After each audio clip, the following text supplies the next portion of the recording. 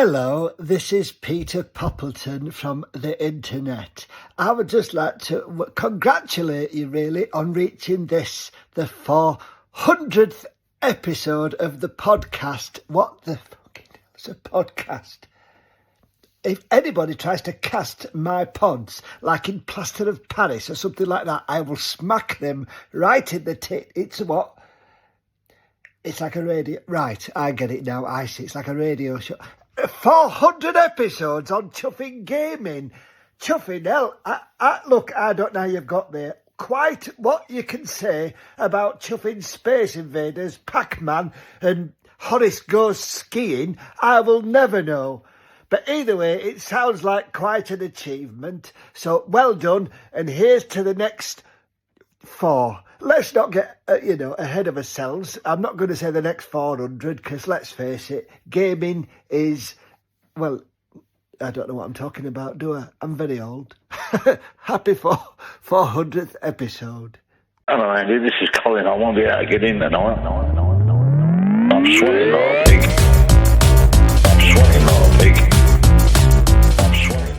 Hello, my good people. Hello. Episode 400 of the One Up Game podcast. Got an itchy nose. Always the case. Middle of summer, got a snotty nose. I don't know why. It's always fine during winter, then I get ill during the summer.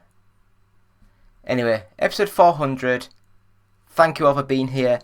I was going to rattle quickly through the games played this week. We've had Eddie on. We had a good chat for about 45 minutes. So that'll be on later, and we might have other surprises as well.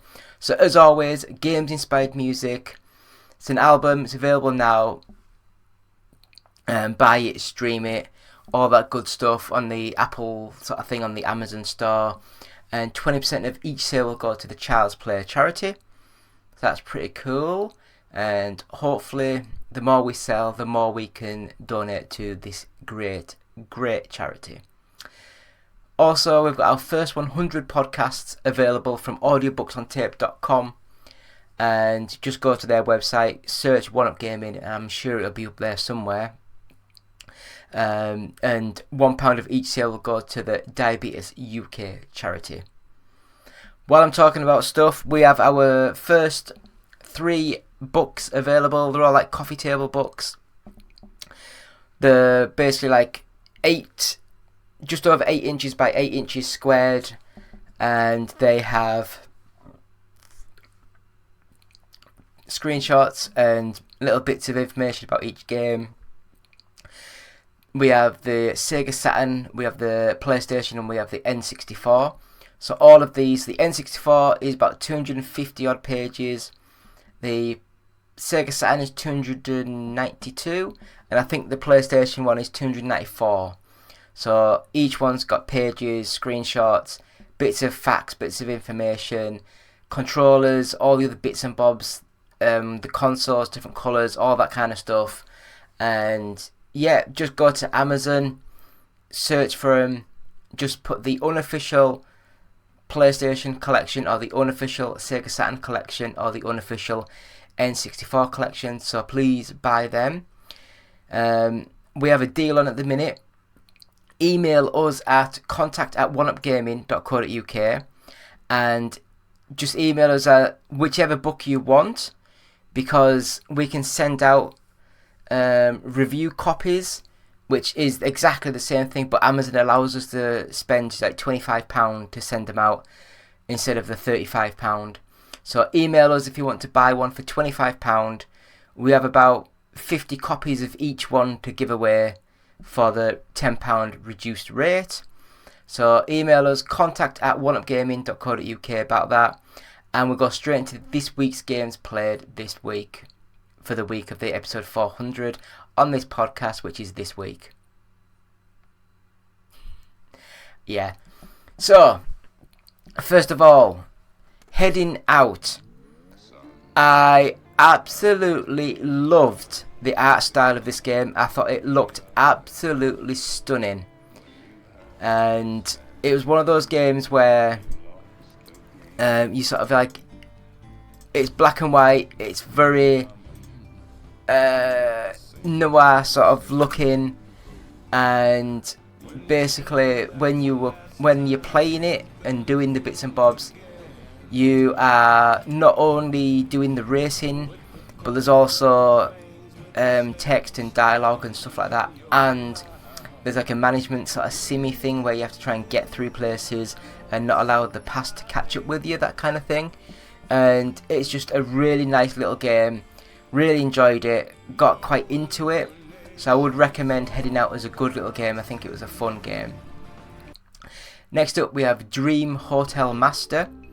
Now this one is very similar to the Fallout Shelter sort of experience, 2D side-on view but this is like a hotel, and you have to get people into the rooms, clean the rooms, feed them, change the rooms, that type of thing, and make profits, while the hotel, each level gets bigger and bigger and more to do.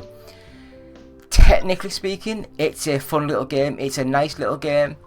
I think it was Russian or some other, because like everything was in English, but certain screens as it popped through, it was written in some sort of language which I don't read, I couldn't understand. It looked very caps and shouty, so I just assumed Russian, I don't know why. But yeah, nice art style, very clean, very clear. It's like one of those clicker sort of games where you don't do much, but you are thinking and moving things around and doing stuff. But yeah, Dream Hotel Masters, not a bad little game.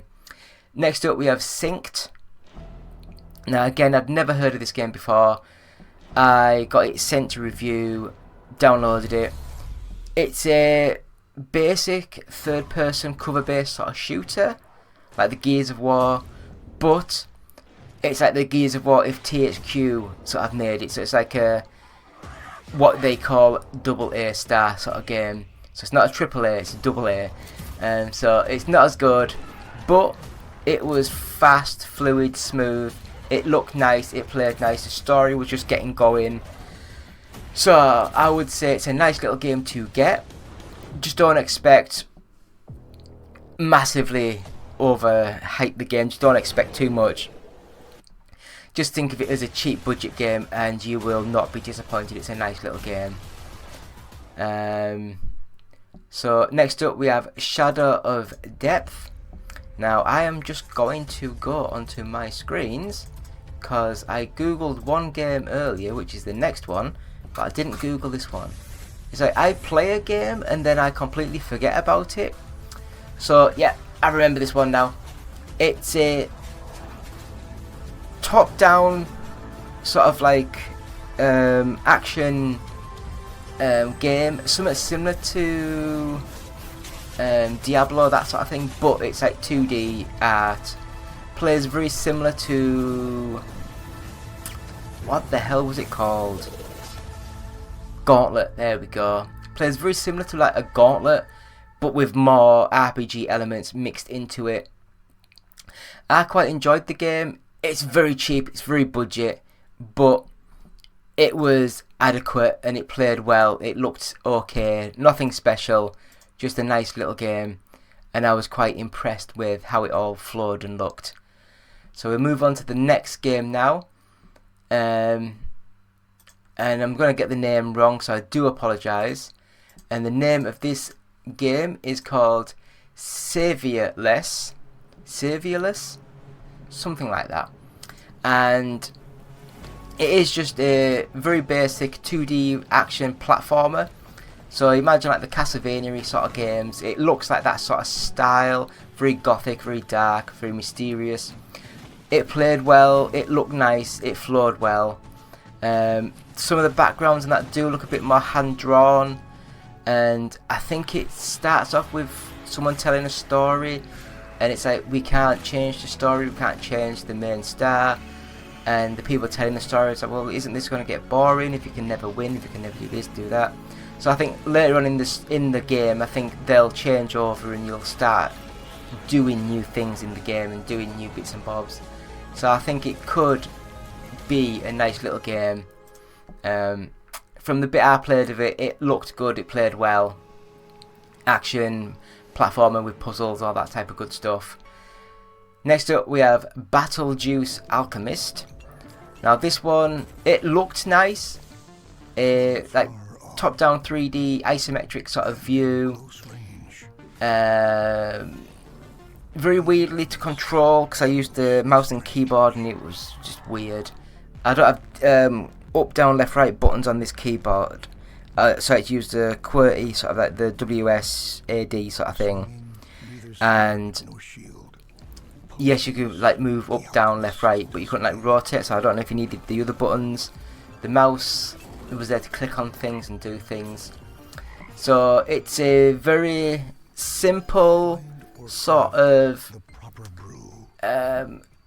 get bits to add together to make potions and spells and chemicals, and it looks nice. It played alright. There was a lot of talking at the beginning, but it's not voiced, so you just sat there clicking buttons waiting for the next gameplay element to come through. But if you're into these sort of games, and it's not a bad game, it's just not my sort of game. And then the next game, the Magical Mixture Mill, and this one again, I've just played these. Why is my brain just completely dead on it? These ones, Drank one too many potions and became potion intolerant. So no more epic quests for treasure, I am afraid. But don't it looks very similar. you can help out Um, instead. Explore and gather the rarest materials. Actually, everything I've just said, imagine that as the Magical Mixture Mill. BattleJuice Alchemist is very much more like a... Oh, pause. Will get even more interesting. And BattleJuice Alchemist is more like a standardized Diablo style game, where it's like an isometric viewpoint. You can zoom it in, zoom it out, rotate it around, but you are just moving around the level, shooting and attacking enemies, picking up vials and stuff. It didn't play well with my PC. It was a bit stuttery, a bit jerky, so it wasn't the best of things. But hopefully you can see the video in the background, and it'll look quite nice for you guys. So as I say, this is just going to be a quick recap of stuff. We've also got our Unveiling the Deception videos. Thanks to Pictori for helping us get some little videos out. You basically I just wrote a quick script, whacked it up, and they created the full video for it, full sound effects and everything. Put all the narration, the actual text up on screen and everything. It looks amazing. So if you want to use Pictori, we have a link in the description below. And yeah, so we'll have a quick break and we'll be back with more for episode 400 of the One Up Gaming podcast. So thank you. Back in a minute. Hi, I'm Matt Kapp, the lead artist on Binding of Isaac Rebirth and the creator of Castle of Darkness, and I listen to the One Up podcast.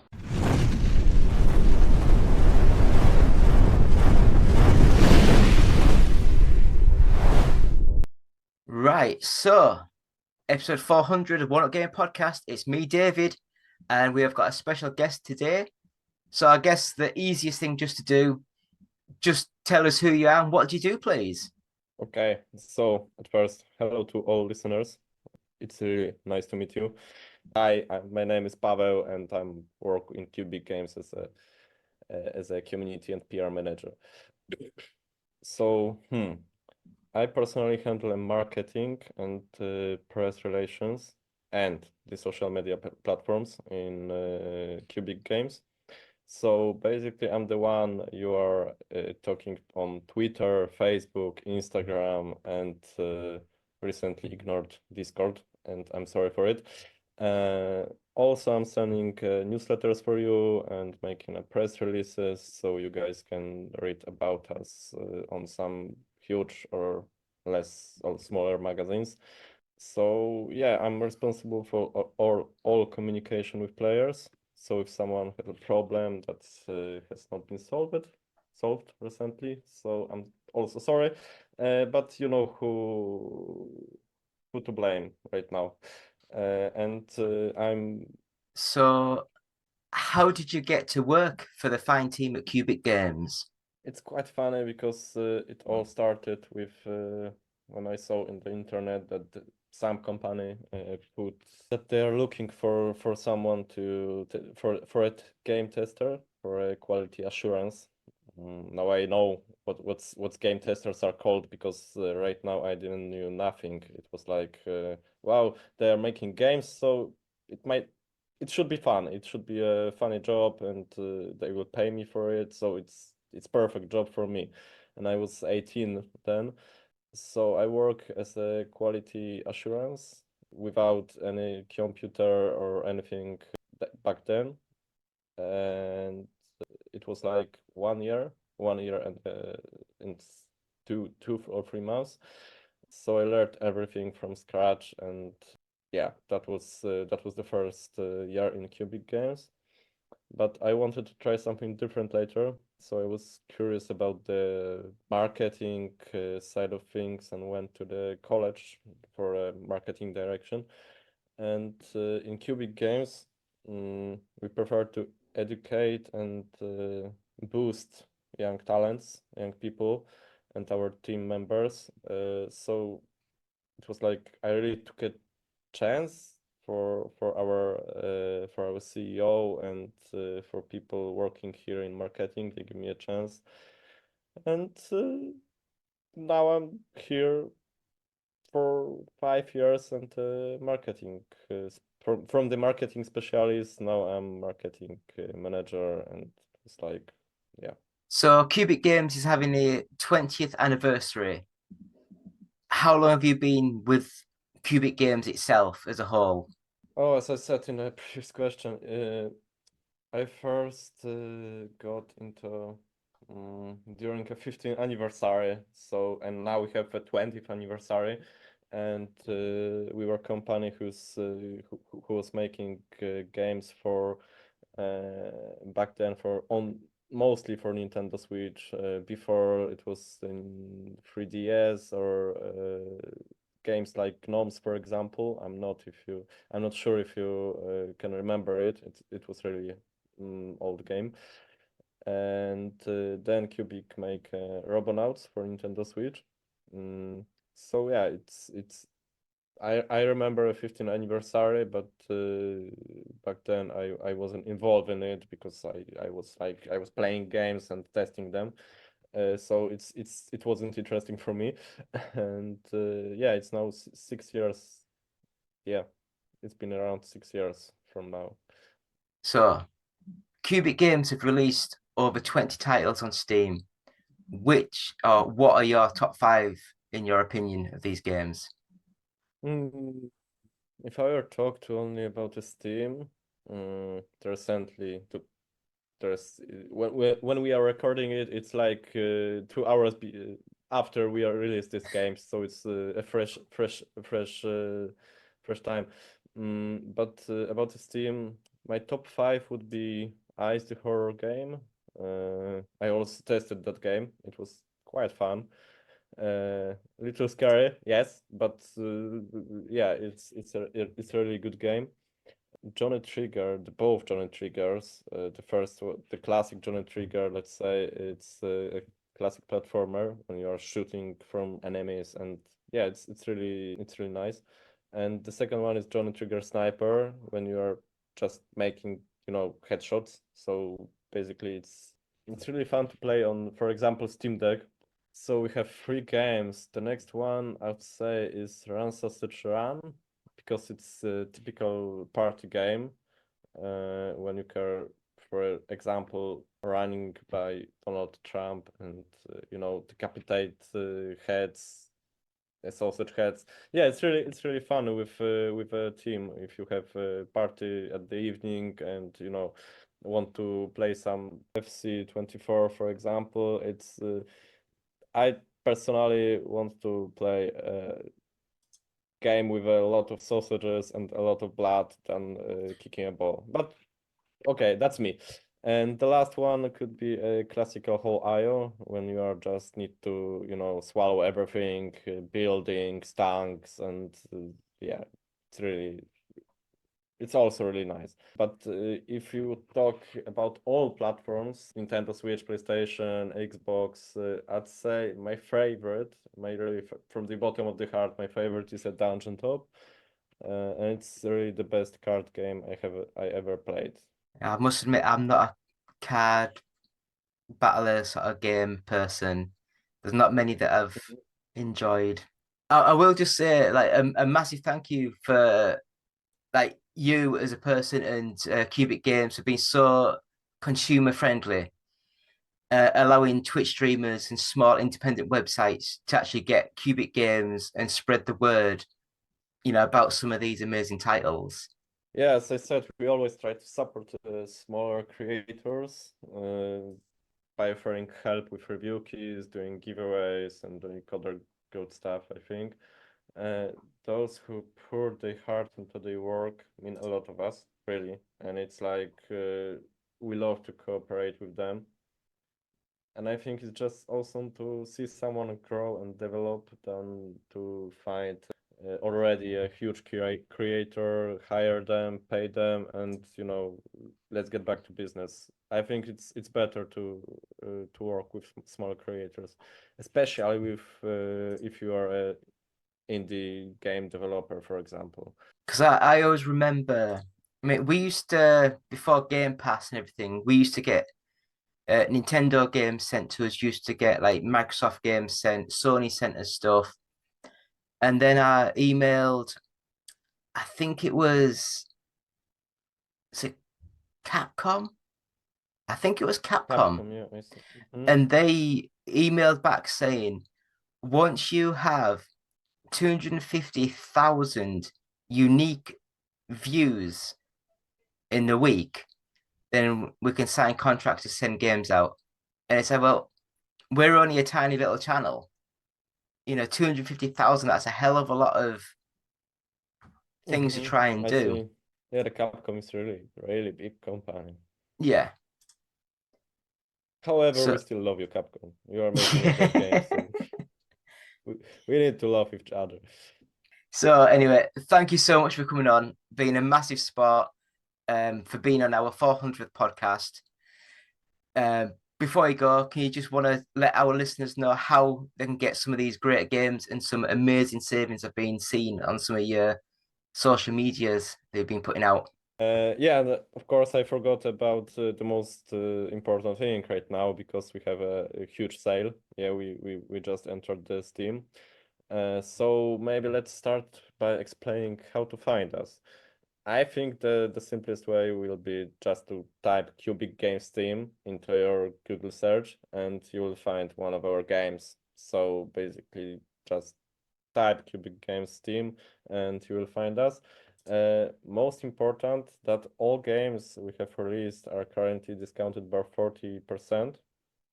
And the next surprise is we have also, you can grab a bundle with 20 of our games for under $20. So it's called 20 for 20 anniversary bundle and it's available on Steam and it's under $20, under 20 pounds, under 20 euros. So yeah, it's 20th anniversary, so it's everything under 20. And yeah, you can also check our Twitter, Cubic Games, because there are a lot of links that you can just click and you don't need to type anything. And come on, everyone can just find it on Twitter or Facebook. Yeah, everyone has a social media, I think. But you don't need to have. Of course, I'm not. I don't want to judge anyone. I would sometimes, yeah, get off the phone and just rest from social medias. So yeah, you can find us anywhere when you are just type Cubic Games Steam and you can find us. It's absolutely perfect. So I'm gonna butcher this because I'm a stupid English Yorkshire person. But did you say was it Pavel? Pavel. Pavel. So thank you so Pavel. much for coming on. It's been an absolute pleasure to speak to you. And I hope that the Steam sale and all the games coming out really take off and help Cubic Games get a foothold in a different sort of side of the gaming sphere. Hi, my name's John here. I'm the designer of games like Sensible Soccer, Cannon Fodder, Whizball, Parallax, and Sociable Soccer, and I listen to the One Up Gaming podcast.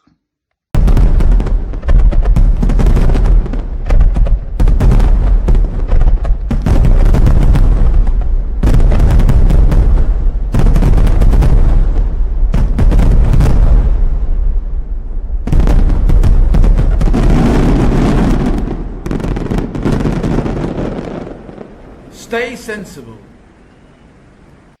Right then, so we're back. One Up Gaming, episode 400. It's me, David, and we've got a massive guest again. I think you must be one of our more regular sort of guests we've had on this show. So anyway, introduce yourself and talk about your amazing gaming catalogue. Hi, I'm John Hare. I've been around for a while. I was one of the founding members of Sensible Software back in the 80s. So we did like Parallax, Whizball, Shoot 'em Up Construction Kit, Micropro Soccer, Megalomania,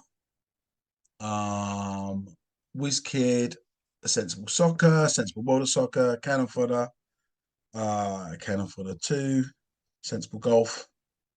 And then we sold the company to Codemasters. And then I've done a bunch of consulting on different games. We did mobile versions of Sensible Soccer and Cannon Fodder. We did a Sensible Soccer, one in 99, one in 2006 with Cody's. I've done, let's see, Speedball 2HD, Speedball 2 Evolution, which were like on the iPad and also on the PlayStation, I think, versions of the Bitmap by the Speedball. I've done a bunch of other consulting things, Casper the Friendly Ghost, Eminem's Adventure, Doctor Who game, Showtime Boxing, a Real Madrid game, I Can Football, one of my friends' games, another golf game with a game track, which was like an old-fashioned thing with a glove on. Most recently, done Word Explorer, which was a word game I did, and then for the last 8 years, I've been working on Sociable Soccer, which is a new football game. So that's what I'm still on. But now, yeah. Yeah, I mean, I remember when we first started talking about social soccer, and there was a Kickstarter, and then things happened, and that didn't go well. And then you must have had a contract with Apple Arcade because I think it moved from PC development over to the Apple Arcade. Yeah. And then you must have had 3 or 4 years as an exclusive deal with them. Because I think it started in, was it 2018, Yeah, that's 2019? Right. 2019, yeah, we had an exclusive. We're actually, so we still are under the exclusive for mobile under them. We can't do anything other than Apple Arcade on mobile until the end of this year. But come the end of this year, we can actually do mobile outside of Apple Arcade for the first time. Apart from is it China or somewhere where you've got like a... Yeah, China. The China version was odd because it never actually came out. It got close and never came out for whatever reason. The Steam version has been out since the end of last year. We haven't pushed and publicized it very much because we've been waiting for the console versions to be ready, which is where we are now. So we've been waiting to do a bit of a push behind the console versions, and we've been slowed up a little bit by some of the protocols going through some of the console manufacturers. But we do have now an approved Switch version. And we are on the edge of having an approved version for PlayStation and for Xbox. And they will actually be coming out pretty soon. I'm not going to say exactly when because we're literally about to do a press announcement about this very soon. But what I can say is that it'll be out sooner than people think. We've been very quiet about it because we've been waiting to see how it aligns, but we're about to do an announcement probably later this week. I think we plan to do it. Yeah. Perfect. No, it might be early next week. Now we might Right. push it to next week. So at the moment we're working with some different partners. both on the development side and a bit on the publishing side. We've got a little bit more going on. Again, we're going to announce what we're doing with that, so I'm not going to say it now. But we've actually got a little bit more power recently. So we've got a bit more development power. We've got a little bit more financial power, and that enables us to do a bit more with the game.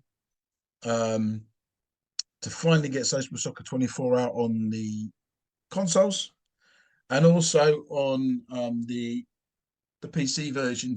We've been holding an update back, waiting for the consoles, and we've been in test for a long time, particularly with Sony actually, which has kind of slowed it all down, which is a little bit frustrating. But we're nearly at the other side of that, and yeah, we're about to make a big announcement about a kind of licensing deal we've done, and then we're gonna tell people about the date that we're going to launch, and tell them all the other exciting things that are going on, and then work towards even more stuff for the end of the year. So we're very busy at the moment. We've actually expanded our team recently, so there's quite a lot of management to do on my side now, just keeping everyone together. But it's really exciting. We're planning all the new features of the game. We got a little bit more manpower, so there's a lot more we can do now. We're in a stronger position, probably the strongest position we've been with this game right now. So I remember speaking, it must be 2 or 3 years ago now, when you were discussing about the console sort of versions, and we mentioned the fact of it needs to have like cross-play. So if you have a PlayStation, you can play against people on the Xbox. Yeah. And I know that's more of a feature that the console manufacturers sort of like gate. But have you guys managed to get like crossplay available on the Not for console? Social Soccer 24, no. The Social Soccer 24, we have some issues actually with the integration of the different friend lists from the various different formats and making that work, which is making some variance in what we can do between the platforms.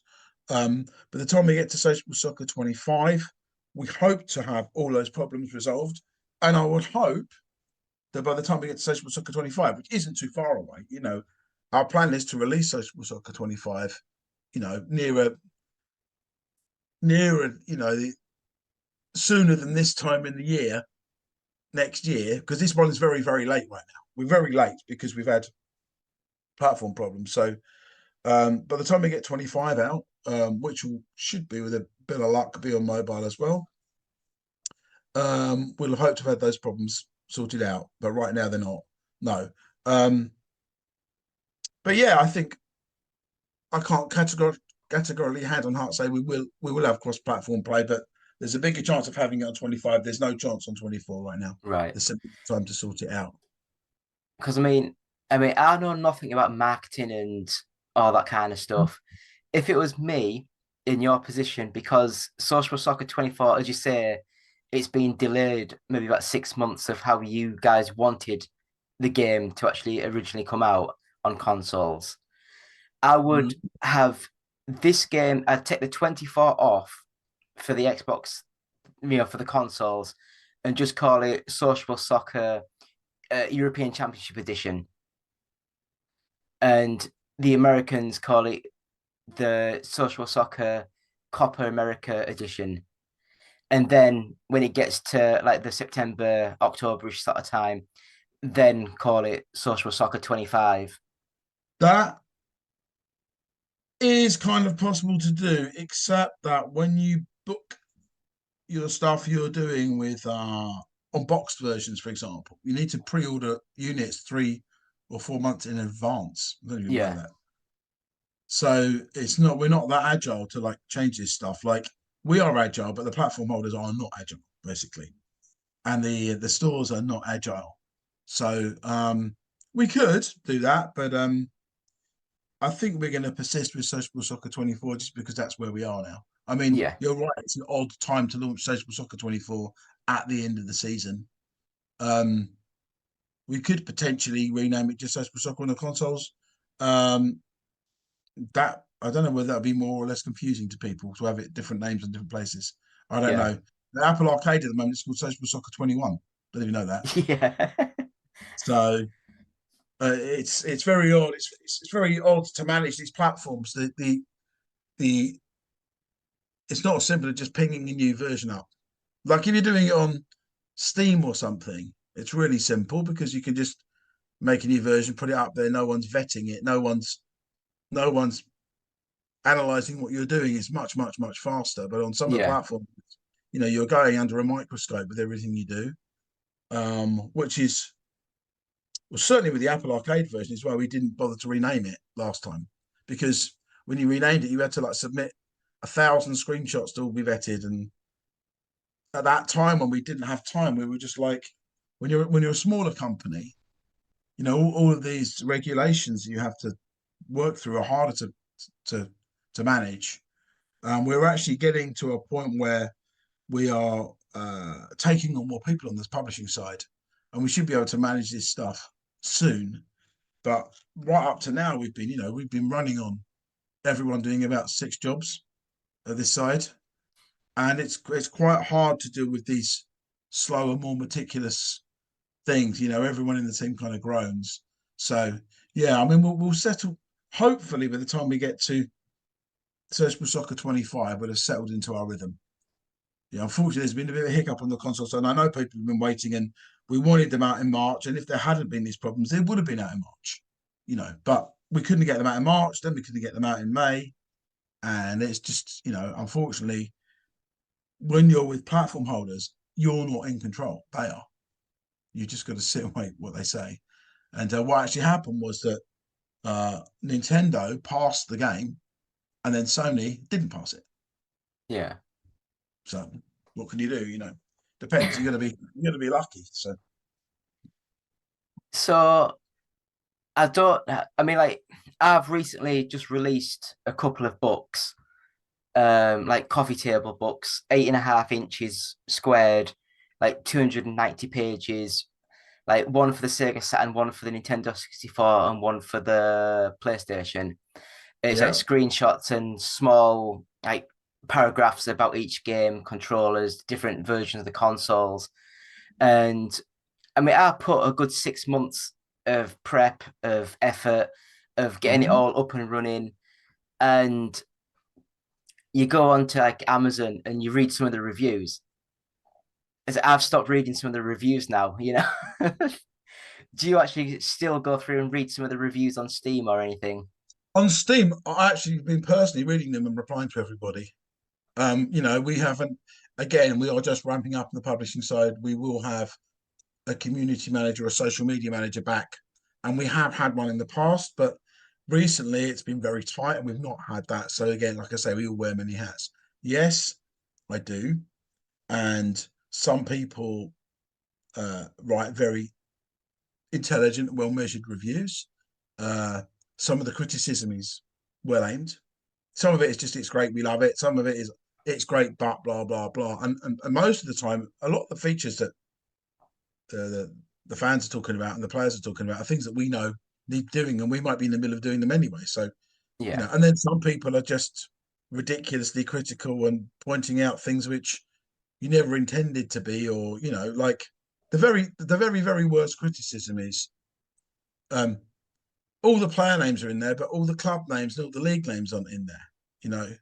Now, I mean, the volume of licenses you need to acquire. If you look at FIFA, for example, or EA Sports FC now, it has 80 different licenses. That costs a fortune. yeah, Each license is costing hundreds of thousands to millions. Imagine getting 80 of them. It's a substantial amount of money you're paying.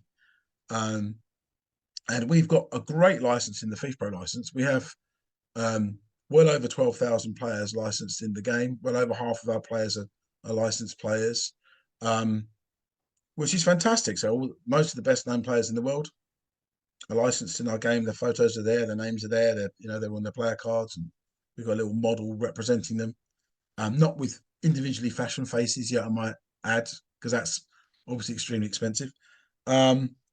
But it's great, and that's more than most football games have got. And for people to go, oh, they've only got the player names, you haven't got the clubs and the club badges and that. It's a substantial investment, and sometimes you can't even get them because one of our competitors has like taken an exclusive on them.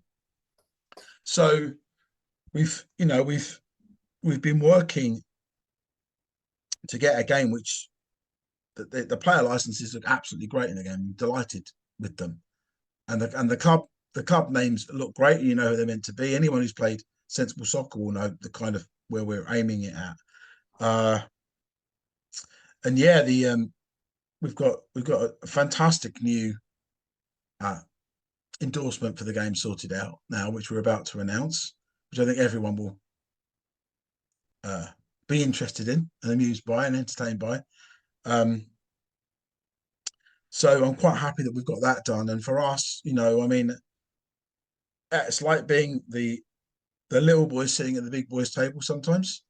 And we're in a position where we're lucky that with some of the recent developments, and I'll be able to talk about this a lot more next time we speak after we announce what we've just done. But basically, we're in a position where we've got a little bit more backing now. We've got from a very unusual source, we've managed to like empower ourselves, and now we can do more. But it takes a while to like, even if you put more manpower at something, it takes a while to like gel that all together and make it happen and bring stuff together. And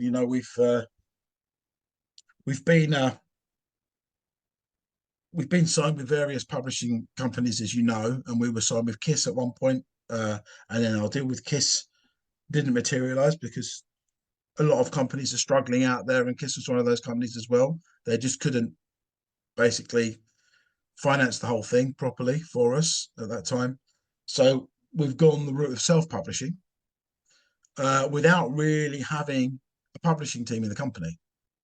So to do this properly, we have been growing slowly a publishing team within the company, within the organization, so that we can take on all of the facets that are needed to make a game successful. And some of that is marketing and PR and managing all the storefronts properly and all that kind of stuff. So getting your pricing right, doing your sales deals at the right time, all things, to be honest with me, I'm mostly involved in game development.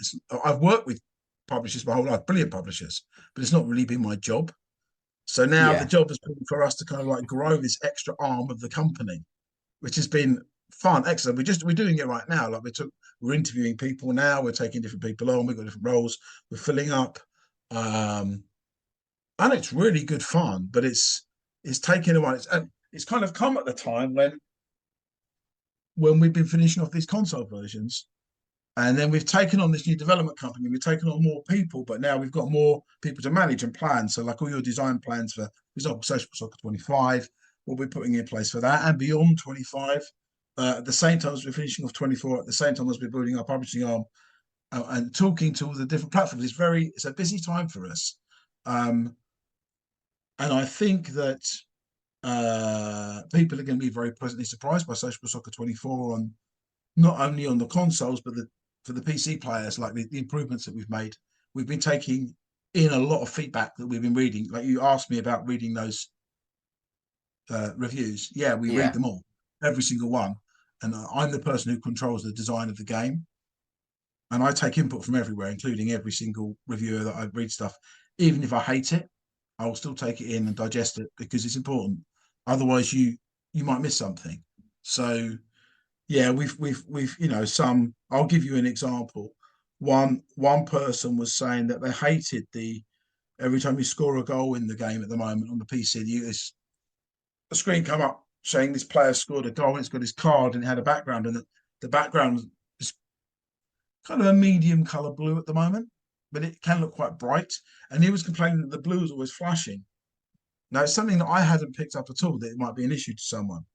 So then that made us experiment with different ways of presenting this. And in the end, all we did was use a different, darker tone of blue in the background. So we used the blue like a screen wipe. So you can, when you finish a scene and you've got a camera and you want to quickly jump to another camera, you can, a trick is to use a screen wipe and jump the camera, right? So you need the screen to be filled with something for a period of time whilst you do that transition. and we've chosen this bright blue, and we've changed it to a darker blue now, so it's less jarring. So if you're more sensitive to like flashing lights or whatever, it's gonna bother you less, and it looks better graphically, and it's something I would never have picked up on at all without reading comments. Yeah. So when I read those comments, if they're easy wins like that, like tiny bits of work, like change of color, and it can make a big difference. Some small things. We've changed the aftertouch system, which was to do with changing a little bit about the goalkeeper code, so that we could free up the aftertouch system, which we've done. We've changed the goalkeeper animation system. We have changed the ball pairing system a little bit, I think. So we've picked up on some little foibles that there were in the gameplay, which are now fixed. It's the shooting's more fun. The goalkeepers are a little bit more fun there. What else have we been doing? Loads of little in this version, those bug fixes and stuff. There's been 2 very nasty bugs in the game, which we're hoping to get fixed very soon. They certainly need to be fixed before we release the new versions. There's a problem where, and this happened to only really top level players, you get a new player in as a lone player in your team, and for some reason he gets stuck, and he gets stuck on the pitch, and when you sub him off, he just comes back on again. It's so annoying. And he's the worst player in the team. You've got like loads of level 80 and 90 players, and there's this level 20 guy, and you sub him off, and he just brings himself back in the squad all the time. So that this is an error to do with the communication between the server and the game. And when the game goes back to the server says no, he's still there, and just puts him back in. So we're beginning to that, and then we've got another very irritating bug. When you get to the very top league in the game, there's a miscalculation on your points at the end of the season, unless you've at the end of each week, unless you've completed an entire season, it basically relegates you automatically to the league below and takes some of your points away. And that's a really frustrating, annoying bug that has been a while being fixed, taking a while to be fixed. And it is frustrating for me that these things are there, but we've got a very technically complex game now. So it's a very delicate thing. A lot of things can go wrong, and sometimes they're platform specific, and sometimes they're like systemic. And then we're adding things. So, for example, what I can, sorry, I get confused because we're working on Social Soccer 25 now already, whilst we're finishing off 24. So we're putting some really cool things in Social Soccer 25 at the moment, which I think people are going to really like. So I guess I don't want to talk about those now, because I want people to talk about Social Soccer 24, particularly on the consoles. Will be coming out on Switch very, very soon. That's what I can say. Very, very soon. And the PlayStation and Xbox will be quite soon behind that. That's where we are right now. The Switch is the first out the gate. So I think the plan before was roughly like the Switch was, when we last spoke, the Switch was meant to be like November-ish sort of time, and then the Xbox, that was January, February sort of time. So it was like 2 or 3 months. Yeah. After. Hopefully the gap will be a bit smaller, but yeah, it's all been just pushed back. I mean, it's just we've been reconfiguring our development, shall we say, to minimize these problems for the future. But we last year was not an easy year for us at all, because we hit a bunch of development snags, and we also had the problem with KISS just struggling to finance what we were doing. So it was a bit tough last year, but we survived it and we got through it. Yeah, a bit like my Sunday team. So how is your Sunday team doing? Well, so our Sunday team, Anglia FC, we're in the Cambridge MCR League.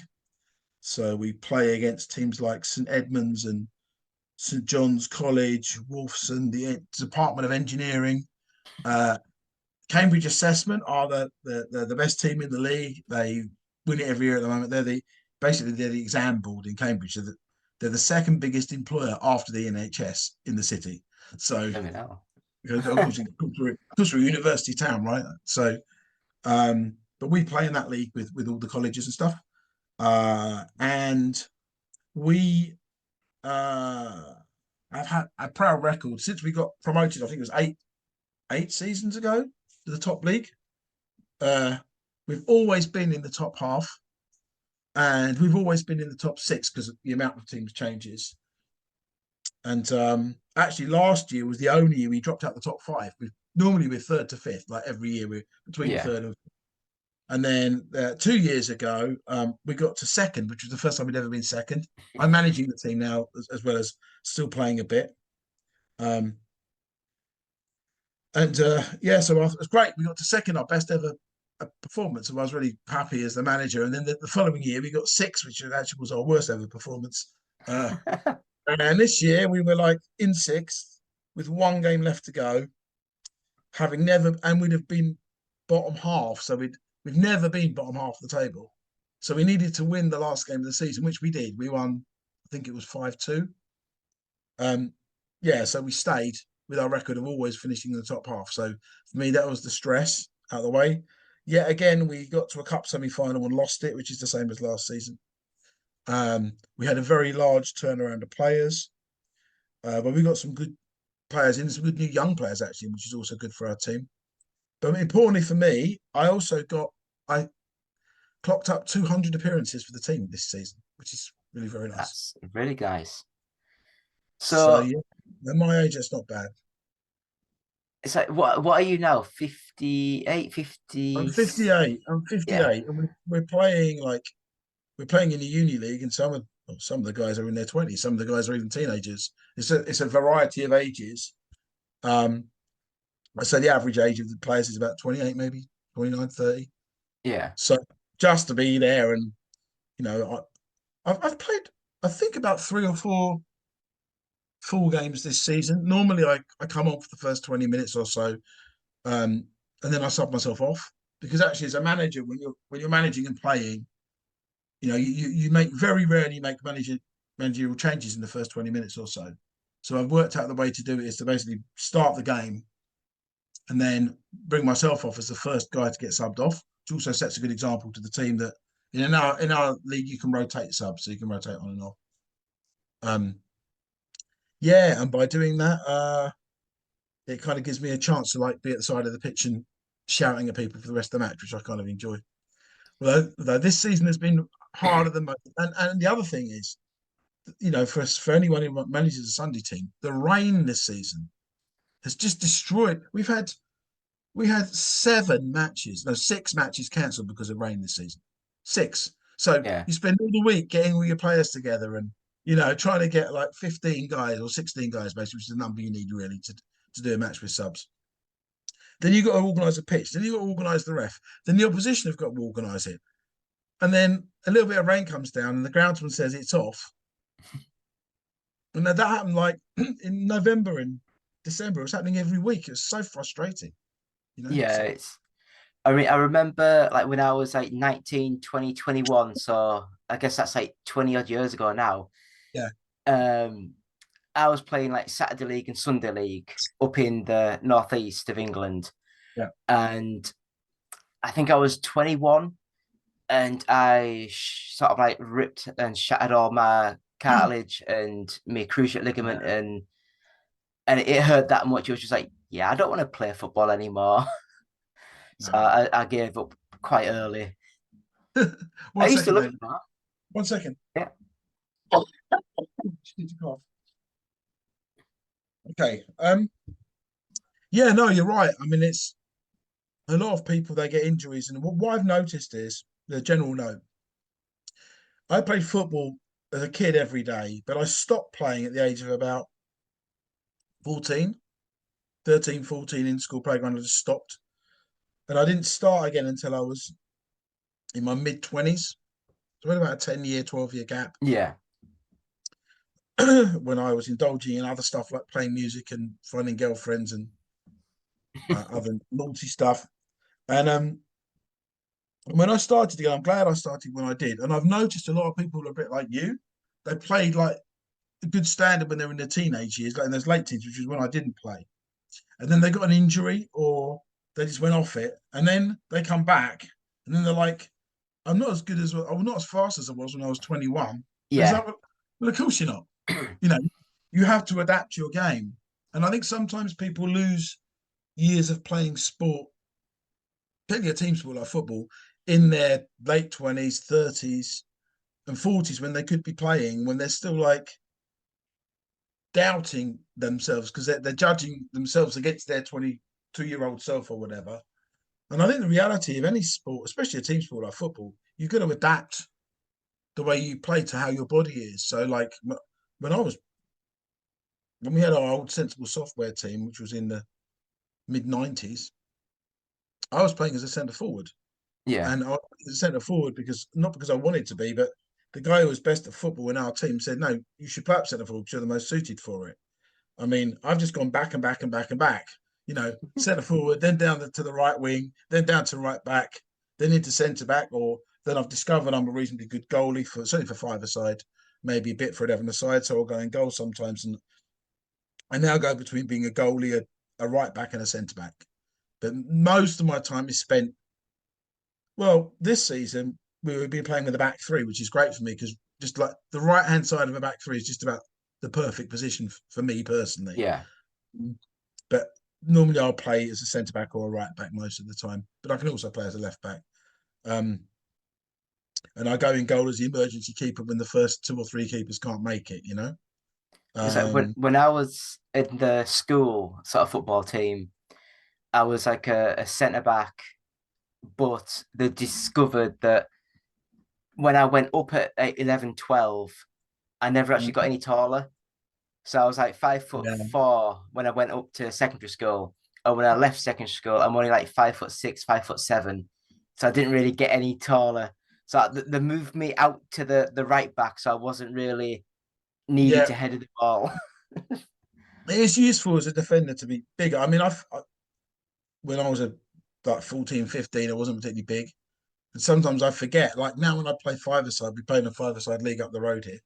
Um, we're on target to be second in the league again at the moment. So if we won it last time, the Cats actually, I feel sorry for the team at the top now. They've cancelled it like a couple of times and they were top. And then if it got cancelled, so we're still technically champions, although I feel it's a little bit not quite fair on them. But anyway, we're second, but I forget that I'm big and quite strong, and some people find me a little bit physical. And I don't really play with the intent to harm anyone, but I guess I'm quite competitive. I like to try and win, and I know I'm not that fast. So you've got to adapt your game to like being physical and like physically being have a presence. And it's strange how you don't always perceive how you are to other people in a sport. You know, you still think like one guy we play with. I don't know. He's about 6'5". He's quite big. He's a tall bloke. He's quite strong. But you talk to him, and he's like a little kid sometimes. You know, he's always moaning about his ankles hurting and stuff. It's like, come on, Joe, just get on with it. So it's I love the football management aspect and working with different characters and Yeah, you know different people, and it's very rewarding when you get someone through. You know, I spend my life managing game teams. You know, managing the football team or playing the football team in a captain role, or you know, being the writer and leader of a band. It's just what I tend to find myself in those yeah, positions. So I guess that you've got to be able to you've got to like people to be able to manage people unless you're just a masochist. yeah. I guess you like the responsibility, but you've also driven to be able to push people in the I like right way. yeah, I mean it depends on what it is. So it's interesting for me, like with games, uh I'm meant to be good at this. I'm good at it mostly. And I can be a bit of a control freak. I'm a bit of a perfectionist. I push people. People can find me irritating because I tell them to do stuff again because it's not good enough. Um, but that's how you get the best results out of people. Um, some people don't like that process, uh, but that's how I work. So with games, my leadership is also um, making a lot of decisions, like important decisions, like discussions today on how we're going to price the games, and how this knock-on effect from console platform holders, some of them approving the game, some not, what we're going to do, when we're going to launch it, how we're going to price it, blah blah blah. They're major decisions that will affect the way the game goes out, and you've got to listen to input from loads of people around you to make the right decision. Because I'm not a marketing guy. I'm not someone who manages prices on the Steam page or the App Store or whatever. It's not really my bag. I mean, I can guess at a number, but to know the most effective way to do it and when to do the sales and all that kind of stuff, that's not what I do. I try and put together teams of people who are capable. Yeah, it's like you need to be able to pick the best people for the other jobs that you not struggle with, but aren't as capable of. Yeah, like I've never been a programmer, so I just need good programmers around me. That's the number one thing. But what I do is I do the game design and control that and creatively direct the game, and do a lot of the contracts. So a lot of the legal stuff, a lot of the stuff which, if you're talking to someone about when you come and work for us to do marketing or to do programming or whatever it might be, generally it's me that will look at the contract drafting and the terms which we take someone on, those kind of things. So that how they get incentivized, how they're paid, what the terms of how long it's for, or what the conditions of payment are, whatever. And because when you're putting a team together, you've got to blend all these pieces. And if I look at the wider social soccer team right now, we have got a lot of people. So we've got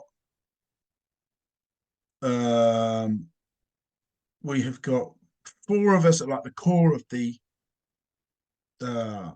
production, design, the data for the game, and the server code. Then we've got another couple of guys who we use for a back-end server thing, so that's 6. Then we've got 2 or 3 guys that we've taken on who do our porting for us, so that's 9. Then we've just taken on 14 guys in the team to do all our main programming, to take over from the other team we had. So that's 23. Yeah, so we've got 23 on the development side. And then we've got like a team of translators we use. Obviously, we don't use them permanently, but there's about 10 people that work on the translations for the game, maybe more. And then we've got a team of 2 or 3 guys that do the testing for us.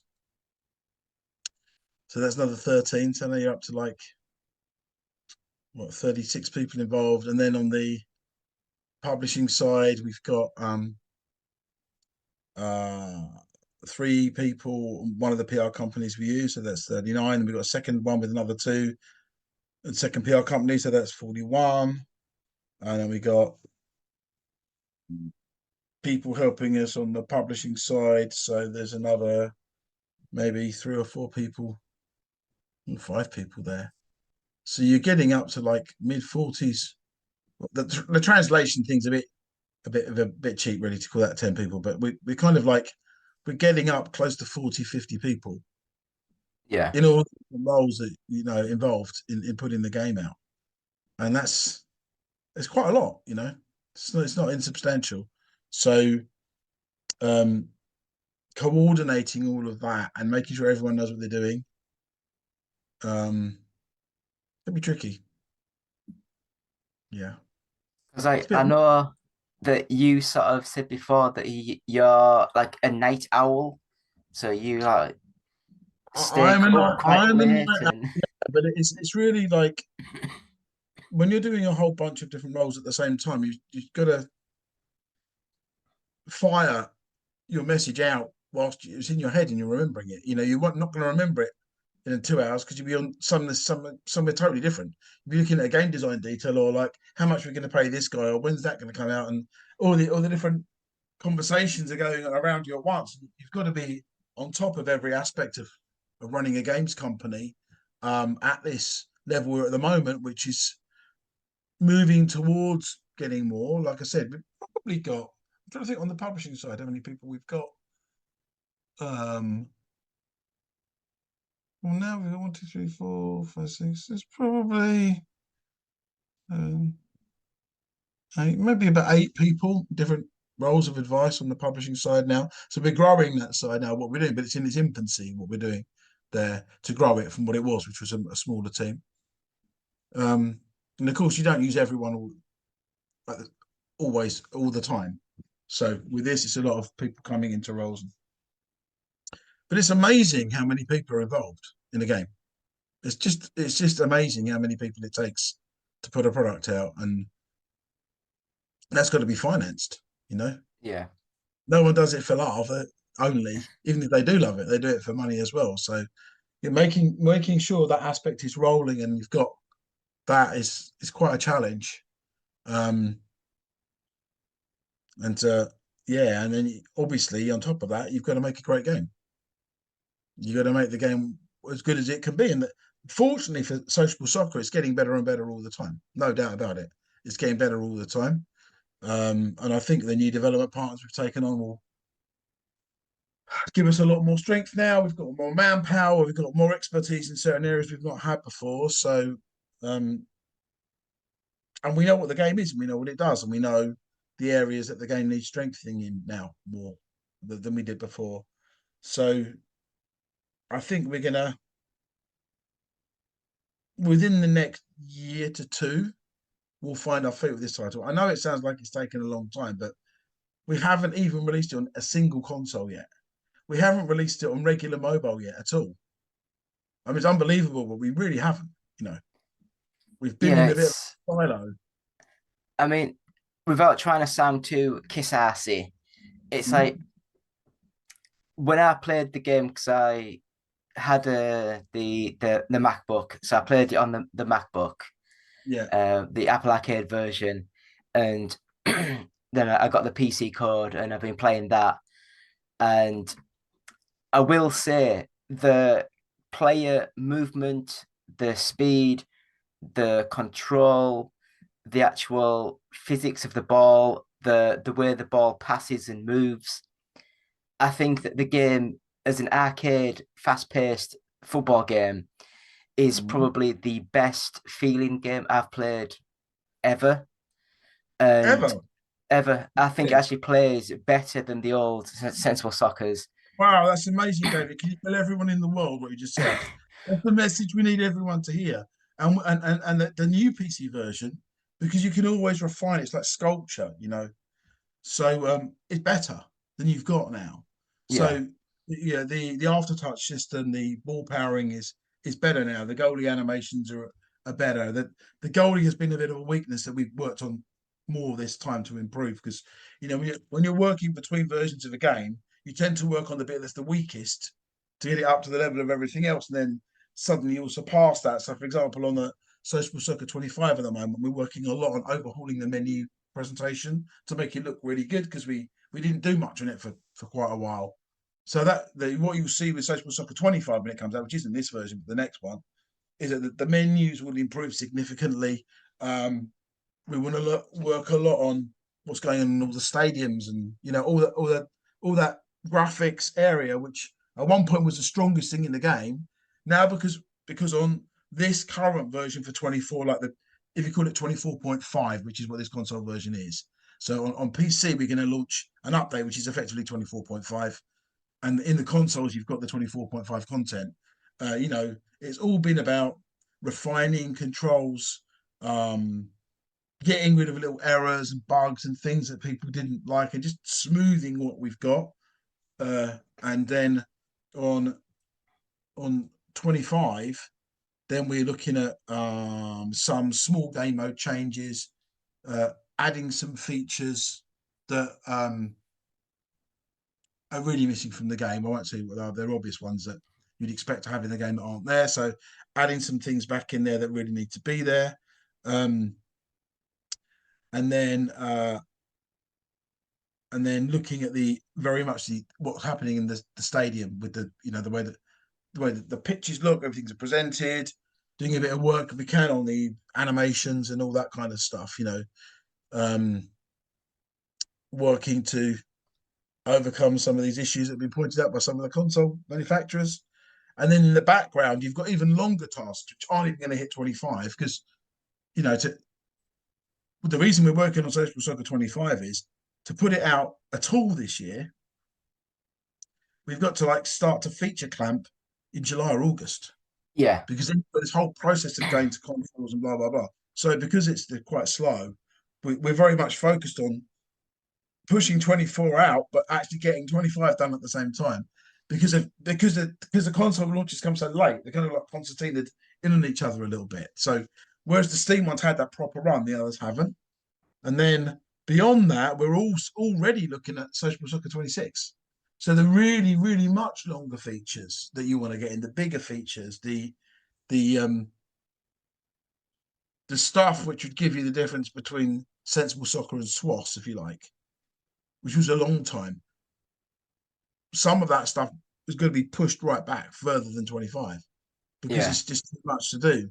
So we're kind of like, you kind of find yourself working on multiple versions at once, because you've got all the different versions and all the different formats as well. So you're gonna like jump your mind between, oh yeah, 24 that's not come out yet. But to us, we've already kind of done it, but it's not out yet because it's like been held in this bug fixing phase for the consoles.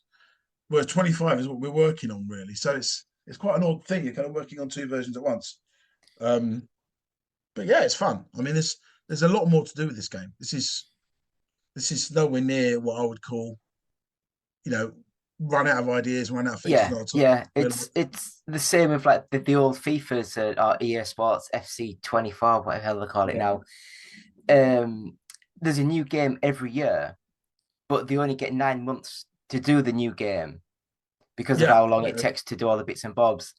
So, but because they've got 300 men working on the game, they can have the 100 people working for the 9 months on the game, and then they have the other 200 or so working in the background for features that'll be added in 2-3 years.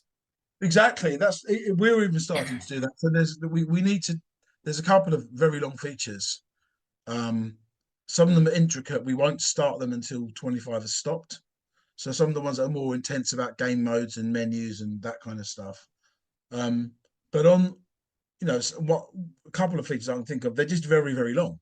It's just one thing, but it's going to take somebody over a year to do this thing Yeah, because it's just complicated. So yeah, you have to bear in mind that kind of the timeline, and of course, stupidly, we're taking on all these platforms simultaneously, which is giving ourselves a lot of problems. But ultimately, gives you the right. Hopefully, in the end, gives us the right balance when we're out on all the platforms that we can start to see that it's working in those different areas. And yeah, like I say, when we're partnering with other people at the moment, which is going to give us a lot more power. I'm happy to have a chat with you once we announce that. It won't be yeah, too long. And you'll see what we're doing. That we really going to be for a kind of company that's basically a one game company, or has been for quite a long time. We're going to be in a fantastic position. We're going to be in a position where not only potentially due to the old Sensible Soccer connections and stuff, have we got a great brand, but due to the partnerships we're forging now, we should be able to, to push ourselves to where we want to be. And quite clearly, where we want to be is we don't expect to be competing directly with EA for that number one spot. That's not easily achievable. But the second spot, certainly the third spot, they're achievable. They're like, it's getting these stepping stones as a franchise or a brand or a game or whatever you want to call what social soccer is. It's getting those stepping stones and finding, which platforms we resonate best with. We don't, even now we don't know. We've only really been out on Apple Arcade, which is a very old platform, and Steam without really marketing. We've put almost nothing into the marketing so far. So yeah, we'll still see. We're still in our infancy, even though we're over 8 years old. It's a bit odd, but so it's like I remember playing the game like on the iPad, and I believe at that time one of the main strengths was the UI, was the big bold sort of like screens, and so you for a touchscreen device. That Yeah. was really well, and it might have changed. And if it has, I apologize. I don't play on the PC much because, as you can see, I'm in a little cupboard. It's very Yeah. warm in here. I play on the Xbox in the living room, but the when I played the PC version, as I say, the gameplay, all that is absolutely top notch. But I just Mhm. felt as though the actual screens before you got to the game, it still felt as though it's designed as a touchscreen game, and it felt too bold and too chunky. It needs to be Well, a bit more yeah. I mean, streamlined. yeah. Social Soccer 24 is what it is. I mean, we've not worked that much on the menu side on Social Soccer 24.5, if I could call that, from what 24 was. So as the PC games come out, that's how it is for 24. But on Social Soccer 25, we're doing a complete menu overhaul with every screen. So Yeah, it's not worth doing it on both because it's just not worth it. Like you work on 25, which isn't there yet. So we're in this kind of like, this is like I say, the game is basically, you launch at the start of a season, roughly at the start, and then you launch halfway through that season with a patch. So in our 24.5, obviously we've got the half season patch for all the data as well.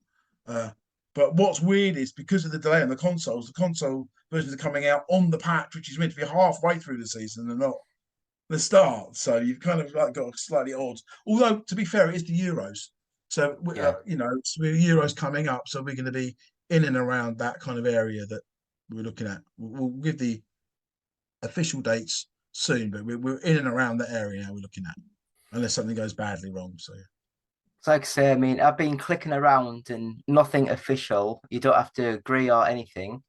yeah. But I've seen one release date of the 7th of next month, Uh-huh. and the PlayStation it says the 30th of the 8th. Oh, your research is pretty good. Right.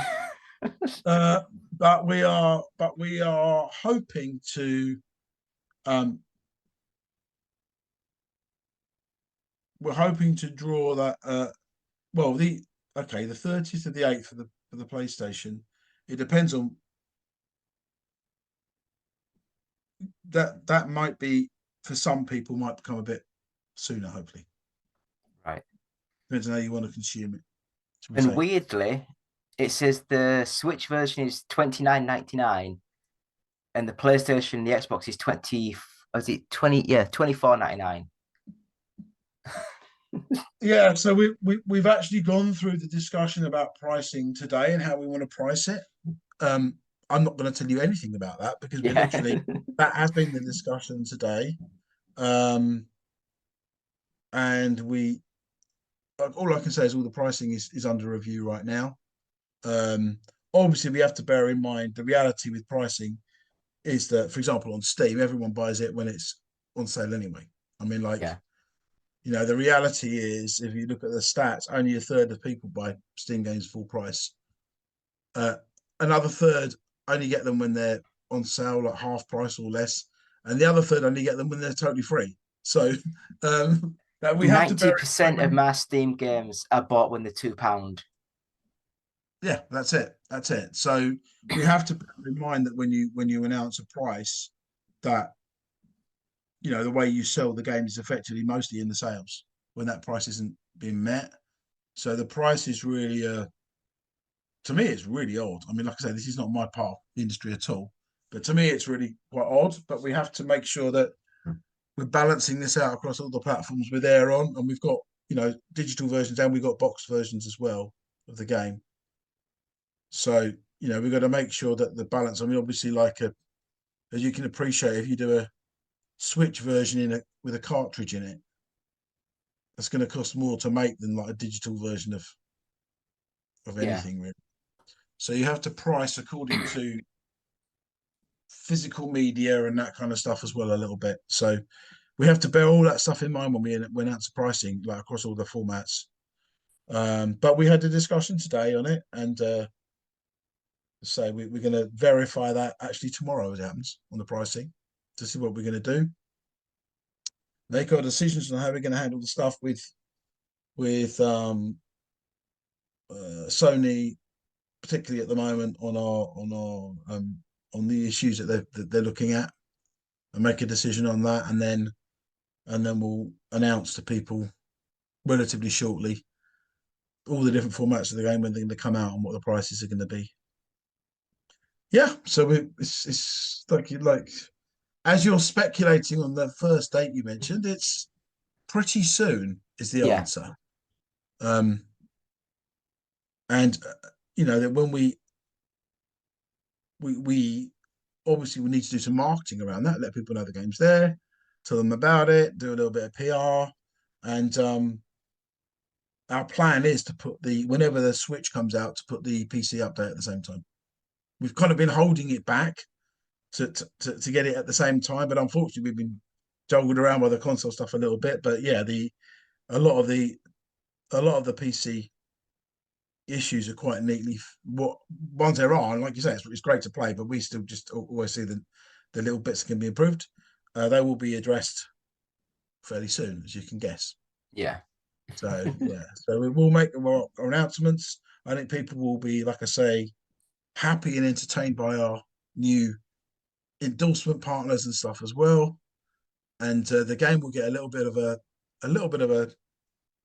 facelift and a little bit of a hello. We're here. We really mean business. You know, we're not going away. We're here we're here in the long run. You know, we've just got the good partnerships in place now to give us the power to be here for the long run. You know, we're not. You know, it's like if people look at a game and go, well, I don't know.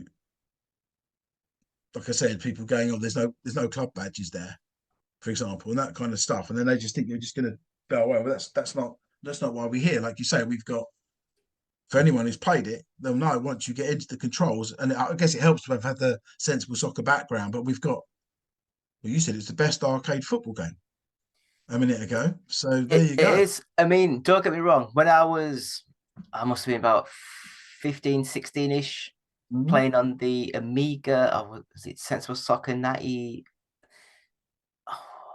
It was the management game. It was Sensible World of Soccer. That would have been about 95. So they've been about 14, 15. SWOS came out in 94.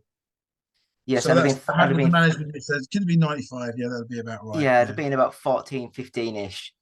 And I could play that game and I could win on the easy level. I could win like 11-0. Yeah. But going back onto it now, I can barely win like 1-2-0. So I must have just put that much time into it when I was a kid that I was that good. And I've just not played it in 20 years. It's really hard to get the balance right of difficulty. Actually, I can't remember if these are in the current version that's out there. I just don't remember because there's so many things going around. But we have now got difficulty levels in there. That's one thing we've added. So that you've got an easy, medium, and hard difficulty selection when you play a match, and then the rewards vary depending on which you pick. Because it's so hard to get the game playing at a level that everyone is balanced on. Some people just find it too easy, and some people find it too hard. So we've added the difficulty levels, which I think is a major plus for the game, actually. So I will just say, thank you so much for coming on. Yep. I've got one final question. What's that? And that is, when you sold everything to Codemasters, were you disappointed in how they handled things, or were you at that time happy just to walk away? Good question. When you sell a company, there's a reason you're selling the company. And the reason you're selling the company is for whatever reason you don't want to carry on as you are anymore, because whatever those factors are. In our case with Sensible Software, we didn't, at the state the industry was in, bear in mind we sold it in 1999, which is now 25 years ago.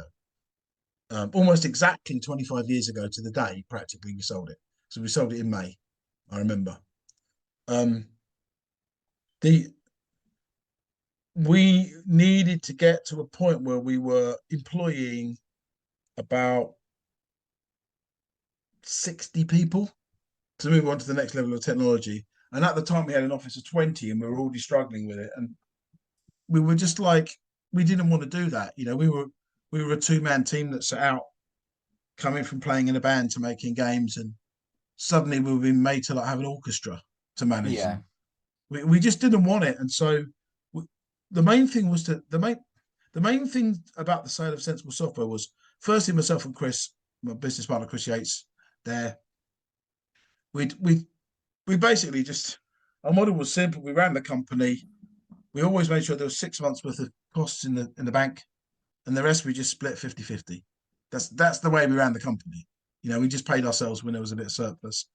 And we, during those years of earning good royalties from Sensible Soccer and Cannon Fodder, we'd already taken out a fair bit of money from that back in those times. So when we sold the company, we'd had money out of it. We'd had a real problem time with, which we talked about a lot, the Warner contract and what happened with Sex, Drugs and Rock and Roll and the 3D Sensible Soccer and Have a Nice Day. And we just really wanted to get out in one piece and not ruin what we'd built. So we kind of like, me and Chris never argued, even for one day with each other when we ran that company together. So it's keeping that spirit between us and breaking that out and getting out. So we managed to get out okay. Financially, it was okay for us. It wasn't brilliant, but it was all right. Everything was intact. It was alive. I carried on working with Cody's. I was very disappointed that Cannon for the 3 that I worked with didn't come out, because I spent a lot of time working on that, and it was a really amazing design for its time that would have been groundbreaking. In the same way that I was frustrated with Sex, Drugs and Rock and Roll not coming out. You know, like you work on something that's groundbreaking and then it doesn't get over the line to come out. That's, as a creative person, is really irritating, because you look back in your career at these holes when you didn't do stuff, and it's because you worked on something for 4 years which never saw the Do you light of think day. that if Sex, Drugs, and Rock and Roll was a different name, it would have had a better chance of coming out? Possibly, but I mean, the content of it was such that the name change alone wouldn't have masked over the reality of what was in it. I think that it was just unfortunate that we it was unfortunate that we didn't have a good enough 3D programming team at that time to execute our games, any of our games, Sex, Drugs, and Rock and Roll included. And Sex, Drugs, and Rock and Roll became a bit like a conversation about what the game should be, with lots of graphics and music and ideas, but not really a running game because the programming was too weak to manage that.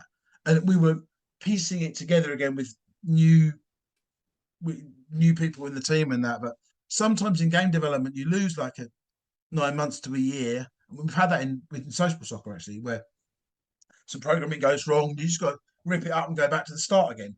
And we were kind of doing that, but we unfortunately we're still in that process when Warner kind of called time on it almost. I'm confident if it had a really good running version of it, playing like a really good point and click adventure in 3D with this funny, offensive but funny content, and you could see it and you could see the context of it, and it was like Viz Magazine or The Young Ones or Spinal Tap, or if you could feel what it felt like because it was running smoothly, I think we'd have been able to sell it because people would have laughed, that it got the humor. But you don't laugh at something which is broken and doesn't work. Yeah. That's the problem. You can't make someone laugh with this cartoon that's not animating to get the laugh at the end of it. And that's kind of where we were really. So it was very hard to, it would have been hard to sell to anyone. The only company that offered money for us for it at all were Virgin. But Virgin wanted a UK only release, and we couldn't make the numbers work out if it was a UK only release, unfortunately. But yeah, I mean, it's just as an artist, if you like, as a creative person, it's really gutting to put 4 years in your life in a project that died, and that for me was followed pretty soon afterwards by Cannon for the 3, which I put another 2 years into, which also went into a bin.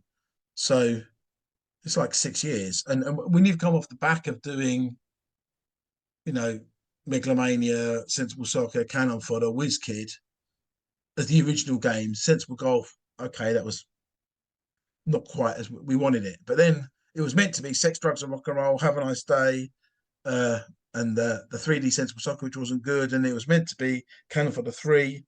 And there's just too many things which just dropped, like it dropped. And I guess when you're not a technical person like me, you don't control those technical things. You can't control. I mean, like at the moment, okay, with Social Soccer, we've got a problem with a couple of these things you've got to go through with Sony. They're very, very technical issues. They're not my bag. It's like my thought was just, why doesn't it work? But it just doesn't. And you're working through machines and it just doesn't work. There's nothing you can do about it. You can get frustrated and angry about it, but it doesn't achieve anything. You're not gonna. It's a computer. It does what it wants to do. And I think with Sex, Drugs, and Rock and Roll, I think maybe if the content were different, we could have sold. What's really gutting? Heavy Rain came out as this like new point and click. Sex, Drugs, and Rock and Roll was basically the same control thought process as it, but we did it 9 years before. And that's what hurts. That we were there earlier, but we didn't finish it to deliver it. For me as a creator, I like to be first, actually. Like some people like to be the best selling or whatever. I like to be the first. Yeah. I like to be the inventor. I like to be the one who was there innovating and doing that thing and pioneering. And of course, we want to make money out of it. I'm not saying we don't, but that's the most important thing to me. So missing that first with Sex and Drugs and Rock and Roll really hurt for the next generation of point and click adventures. That hurt a lot. The content was kind of immaterial. It happened to be about a rock band, but it could have been about anything.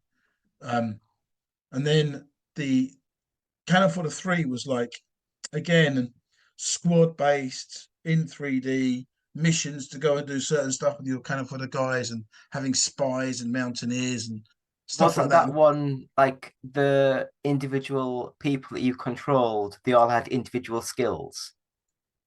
Yeah, exactly. So that would have been really, really good. That would have been like you're on some kind of a spying mission with about like 3 different ways to complete it, and you've got to send your little artillery guy here and your tank here, and then a guy goes in disguise behind the enemy lines, gets information, comes back, those kind of things. It would have been really fun, and I'm sad we didn't get that out. And then what else am I sad about? I designed a game called CCTV, which I made with a company called Nikitova when I was consulting actually in about 2006, 2007. And it was effectively like an animated Where's Wally. So you got all these characters coming out, say, of a shopping mall. And your job was you're a police detective and you had all the CCTV cameras and you had to like, on the camera, you might catch a guy just nicking something out of a shop on one of the cameras. And you had to see him as he's coming out of the crowd and like grab him and then interrogate him and get information about him. And eventually the game was leading you down a crime ring in the town of, you'd find bigger and bigger criminals in certain bars or parks or stuff at night time when it's all shut down. And so it would lead you to this, like, you had a wanted list of the 50 top criminals in the town. You had to like strike them all off by using this like kind of Where's Wally, catching people and then interrogating them.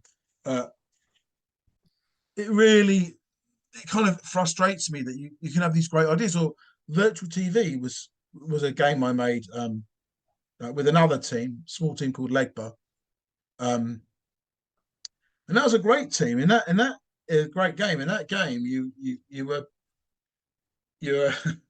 you're like David Attenborough. So you're David Attenborough, the cameraman, running around on an island with dinosaurs on it, and your job is to like make a documentary about the dinosaurs. And you got this kind of script about, look at the dinosaurs laying their eggs in their nest and now they're going off to eat the foliage of the trees, and look at the beautiful sunset. And you're running around with the cameraman and you got to like get to the right location, and then he sets the camera up and then you run in front of the camera and say your lines and then that. But the thing is, the dinosaurs are running around trying to eat you all the time. So you're constantly running away from the dinosaurs, trying not to get eaten on camera, chucking them bits to like chucking them bits of meat to just pacify them for a while, catching a shot and then running away. There was a brilliant little thing, and you ended up with these little film clips, and he put together this mini documentary, like I don't know, one or 2 minutes, and that was it, and that's what you ended up with, a little documentary. And then it got judged, a bit like Pokemon Snap, if you remember that game. Yeah. So that's the game I wish we could have made it. Like all of those games, like that one, and then the CCTV game with the police, and then Sex, Drugs, and Rock and Roll, and then Cannon Fodder 3. I mean, these are 4 games. And I wanted to make all of them, and none of them came out. And it's that's kind of what frustrates the most when you're making games, is that Yeah. you didn't make it. When I look at those, in that period of time, that's between, for me, like 94, I think I started Sex, Drugs, and Rock and Roll. And then if we go right up to the end of CCTV, that's like 2008. They weren't continuously going on there, but those 4 games all happened between 94 and 2008. That's like 14 years. There's 4 games that didn't happen. One of them's 4 years, one of them's 2 years. Another one's like the other 2 maybe the best part of a year each. That's 8 years. Yeah. 14. Just gone into nothing. And then now I realise, as you're getting older, like I'm 58 now, you realise you've only got so many years left to be making stuff, and you lost those years. And it's like, I mean, the grand scheme of things, it doesn't matter, but on some level, it's kind of a little disappointing, should we say? But yeah, it's like I remember the least said about the Sensible Soccer 98. Yeah, which was, it's almost unplayable. It is. it's dreadful. Yeah, it's dreadful. For me, it's the camera as you're running through the pitch. The camera can't keep up, so it's like stuttering along, and it just makes everything seem so broken. And the animation is maybe a quarter of what it should be. So you go to take a shot and it just doesn't move, and it was just, David, it was horrendous. It's like, I don't know what to say really. I mean, you sign up to do something with the best intention with the team, and then you take on people who tell you that they're 3D programmers, and you trust them to be able to do the job. Then you find out like 6 months in that the guy's no good. Then you replace him with another guy who turns out that he's not good either. And I think our problem really was that we had such a great run on those 2D games for so long. I mean, we'd had like, I don't know, 8 years pretty much, from the Commodore 64 through to the Amiga, where nearly everything went right. So we thought that we couldn't fail, basically. We slightly felt a little bit untouchable in that department. And we had no idea the extra complexity that adding 3D graphics in was going to cause. It was a seismic jump. And we thought it's just going to be the same as going from the Commodore 64 to the Amiga. It's only going to be like going from 8-bit to 16-bit. What's the big deal? And then we were getting paid loads more money to do it. We're like, oh, this is good. And then too late, we realised that, we'd also been lucky to have good quality programmers, like with Chris Chapman and Julian Jameson and the various other programmers that joined us in those Dave Corn, our programmers from the 2D era. They were all good guys. They knew what they were doing to complement Chris on what he did. And then suddenly we had all these new programmers coming in, and some of them were good and some of them weren't good, and some of them were good at something but not something else. And it's too late. You realise too late when the things go wrong, and it costs you, normally it can cost you 9 months to a year of those mistakes. yeah. But the problem is that often your contracts and the way they're drawn up with publishers don't give you that 9 months of a year to play with, to basically go, that was rubbish, let's rip it up and start from the beginning again. Yeah, a lot of the publishers, they like to give you like every 2-3 months, and they need to see the latest build to make sure that they are keeping on top of what you've said that you're doing. Yeah, they're milestones, and to a certain extent, and I haven't worked on a milestone contract for a long time myself, but they're good for disciplining your progress. When we did Soccer 98, we didn't have any milestones at all. And actually, we had a fantastic contract for that, where we just got paid every month, and that was it. I mean, it was like dream conditions. But in the end, the freedom to like get away with that, if you like, meant that we probably weren't quite disciplined enough because we didn't need to be. Like, we didn't have anyone going, hang on, you know, your footballers aren't even displaying on the screen yet. Yeah. I mean, it was like literally, it was like for 9 months, I think, to a year. There weren't any footballers to make a game happen. There was just the screen just didn't display a graphical world that you could do anything with. Because these are the days when we didn't have Unity or Unreal. You had to make your own 3D engine Yeah. to make the game work. And so, you know, people were kind of what can be frustrating when you're making games with different teams, depending on how good the team are at employing people, is you feel like a lot of people are kind of learning on the job. Like, you've employed them and you're used to making kit games, you're used to like being really successful at what you do. And there's this new technology that's been invented. These guys actually have never seen it before. And effectively, they're learning on the job. Well, if I were making a film and I've got some cameraman in to film something and I'm a well-known film director or whatever, I don't want some kid out of just out of college who's just learning. Sometimes that's what we end up with in games if we're not careful. Obviously, you can, you know, you can control who you're employing well, but in those early days of 3D, you know, anyone could say, "Oh, I can do that. Yeah, I'll have a go at that," and you couldn't really prove it, so we didn't really prove that. And even now, sometimes you get people and they're kind of all right, but they're not focused enough. They're not committed enough. They're just not. They don't have that intensity of. Just the drive to carry on. But it's partly the drive to carry on, but partly the pride in your work is so fierce that you Yeah. don't put errors into it. It's like a desire to not mess up, and a lot of people, unfortunately, don't have that. Like, I mean, yeah, they just lose the focus. They just can't finish. They just don't have that mentality. Right. So I've mentioned the fact that Sensible Soccer 98 was a disaster. Yes, And thank you. and I think I've told you before, Sensible Soccer 06, Mhm. I think that was like Codemasters, sort of Yeah, like fully, and yeah. you were just there as was that more of a consultancy sort of role to help out? I was leading the design in that with David Darling. We were doing it together, and yeah, that was done by Kuju. I wasn't entirely in control of the development, but yeah. But yeah, that one I felt was really good. You know, that again had really good passing movement, really snappy. And if it was me back in the marketing days back then, I would have skipped the Xbox version and I'd have launched it on the Xbox 360 because I would have a guess that Social Soccer 06 would have come out the end of like September, October 05, Yeah. and the Xbox 360 launched in December 05.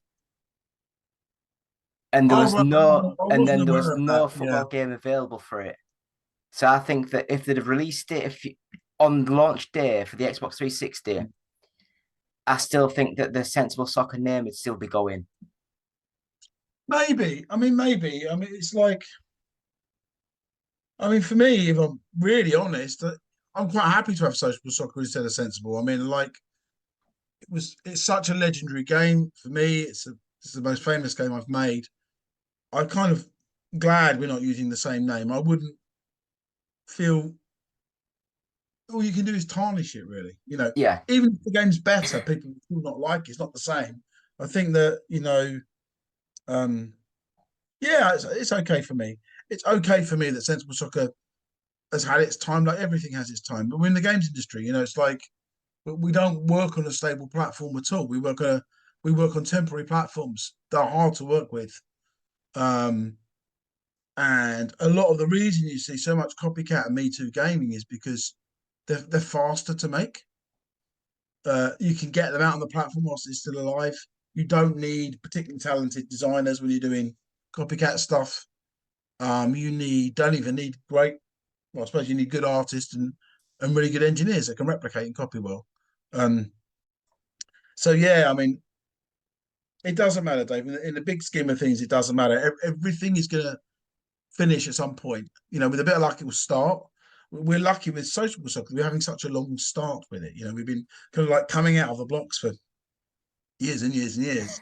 Uh, and you know, we're still yet to really make that significant marketing push on the game because we haven't really done it yet. I mean, Apple Arcade, Apple do it a bit for you, and then if they stop, that's it. You know, Rogue never really pushed that for us. We've, like I said, not put really any money into the Steam version yet because too many things weren't aligned for that to be the right time to do it. So we, you know, once we've got the game where everything like now, the version we've got now is at a point where the PC version's had 6 months to be perfected and honed and tuned on the Social Soccer 24 content roster. And you know, this console version's coming out in a lot better shape actually than had it come out in November, which you mentioned on the Switch initially, which would have had it with all the rough edges and stuff which were there in the first release of Social Soccer on the PC. So what is great is it's been able to be honed for people. So I'm really looking forward to the response for people when they get it soon. Let's see how we do. Let's see what you guys So, think. Do you agree with David? It's the best arcade football game ever. so where we're standing at the minute is there is the PC version out now. Yep. It will be getting a nice update within the next month. Yep. And hopefully when that update happens, there will be a Switch version to go alongside it. It will be. Yep. And then a month or two after that, then it'll be on the Xbox and the PlayStation sort of stores. PlayStation 4, PlayStation 5, Xbox Series X, and Xbox One. Sounds good. That So is the plan. That's why this is taking so long to execute because there's so many platforms to go wrong. You know, we say just click the button and they will work, but they don't. You know, yeah. So when Yeah. the Xbox version comes out, I will have to buy a physical copy so you can sign the cover, so it Okay. can go up Whatever on you the need. wall with the other copies I've got downstairs, Absolutely. and that'd be absolutely perfect. So thank you so much for coming on. I know I said Pleasure. it'd just be a 10-minute chat, and Yeah. we're Well, here like it's an 10 hour and minutes. 20 minutes later. It's 10 minutes. It's bit.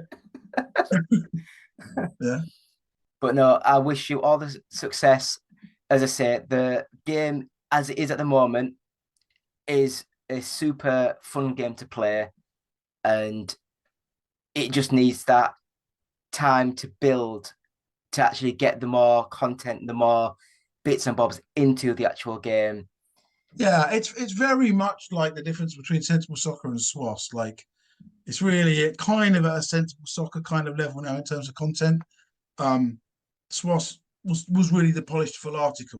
So, yeah, I just hope that now you've said it's great. I hope we don't mess it up with the changes we made. If you tell me it's not as good as you thought it was before, that would be terrible. You never know when you're doing it, but I'm pretty confident people are going to be happy with it and like it, and you know, give it a spin, get excited by it, play it, and it would be great for people to talk about it and let other people know that the game's there and it's fun and something new in the market as well. Because it's essentially I don't know how many football games there are on the Switch, for example, but there's not that many, actually. Not with proper licensed players. Very few. Yeah. I mean, like the only game that I've played that is getting on to having decent playability is a game called, I think it's called Natural Soccer. Oh, I've heard of Natural Soccer. Yeah. And I think that's just a one guy team or a just very small Yeah. team. And I think they only do like updates every couple of years, you know. So, Yeah. but I felt that had decent, it was a lot slower, you know, it's more tactical sort of, but that Yeah. felt really nice. But yeah, I just think that the way football games are at the minute, you have I was going to say FIFA, but it's not the EA Sports one. Yeah. You have the old PES, which is now eFootball, Yep. and the rest of them that have come out recently. I hate to badmouth him, but Dino Dini's Kickoff Revival, Uh-huh. that game was almost as bad as Sensible Soccer 98, in my That's opinion. harsh. Oh, that's harsh. Yeah. And yeah, I think that actually came out brand new in box for like $9.99. I mean, Dino's a one-man band. Yeah, There's only so much you can do. It's hard now to, I told you how many people we've got on Social Soccer 25 now that we're doing, really. Um, it's hard to do something with one person. It's just, there's just so much to do. It's just an overwhelming volume of work to execute. So, yeah. yeah. I mean, like I say, I don't like to like badmouth developers because a lot of them they do put their heart and soul into it and they really want the best. Just Yeah. sometimes the game just doesn't come together. I mean, you can have like multi-million-dollar games that I mean, I think they were saying that one of the was it the new-ish God of War, the 2018 one. Mm-hmm. Sony were worried about it, and it was only the last 3 months of development where it all slotted in together and it became like basically game of the year material. Yeah, it's like the polish. I was just thinking then, like, even with the game as we go, you can always see ways you can improve it. Like the game, Social Soccer is playing really, really well as a two-player game, particularly now. Like single player against AI is good, playing online is good, playing two people in the same room against each other is amazing. Like it's so fast and snappy, and you 100% feel in control of everything you're doing. But maybe the game can even push itself up by just, I don't know, the animations when they score, or the way the ball hits the bar and bounces down, or these little things that you can improve to make dramatic moments without detracting from the gameplay. But the modern gamer kind of expects certain things, and it's keeping that playability. But all those little bits that I say to the team all the time, like, we're not going to make this game better by adding one amazing feature. We're going to make it better by improving each thing in the game by 1 or 2%. Yeah. Then the 1 or 2% add up to like a 20% improvement. It's like it's not there's not massively big wins here.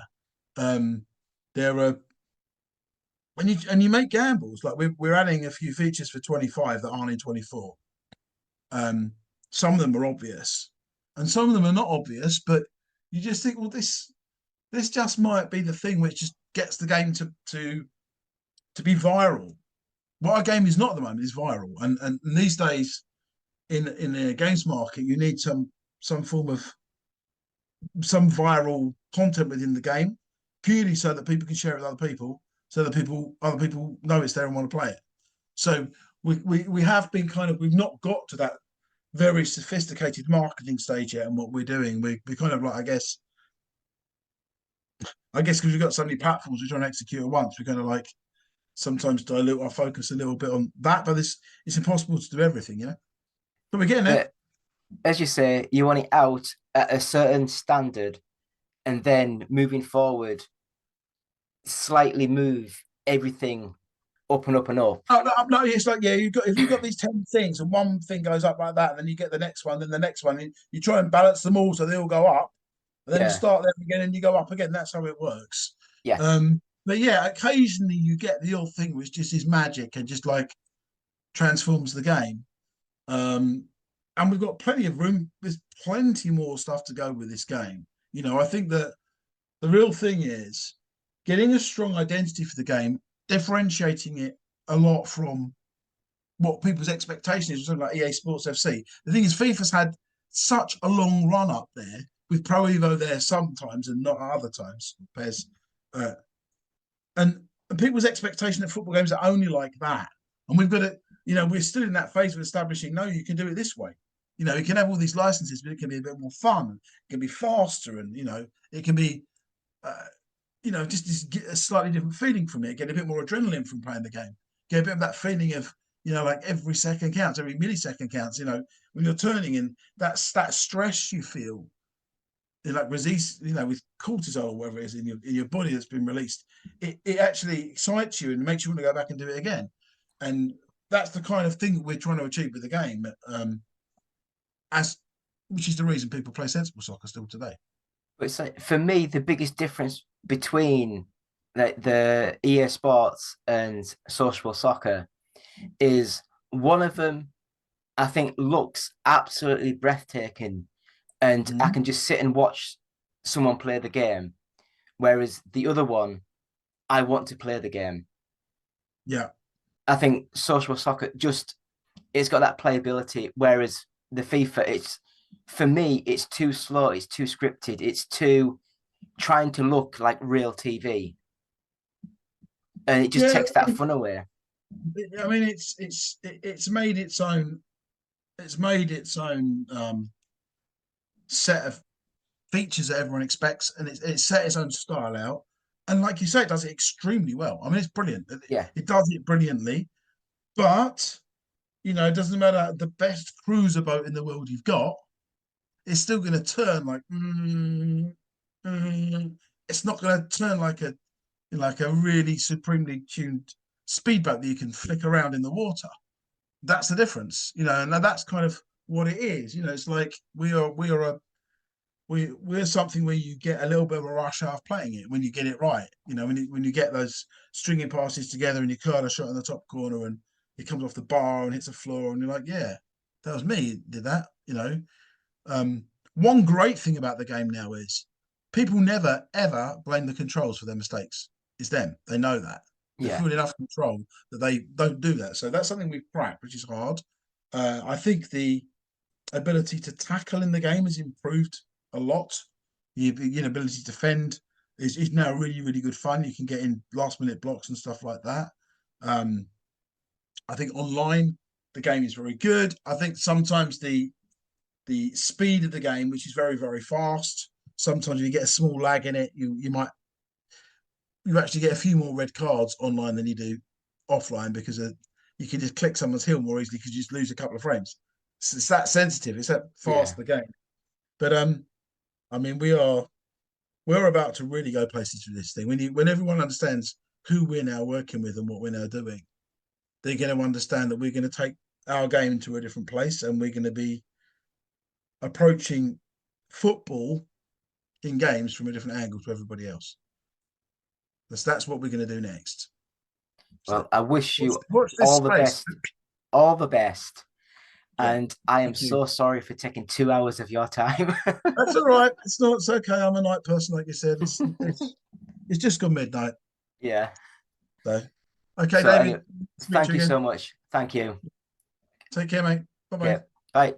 Hey y'all, this is Bob.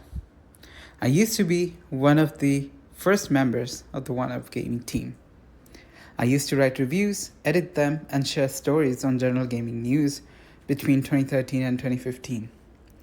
And that's why I was super excited when David asked me to be part of the 400th episode of the podcast. Look at how far we've come.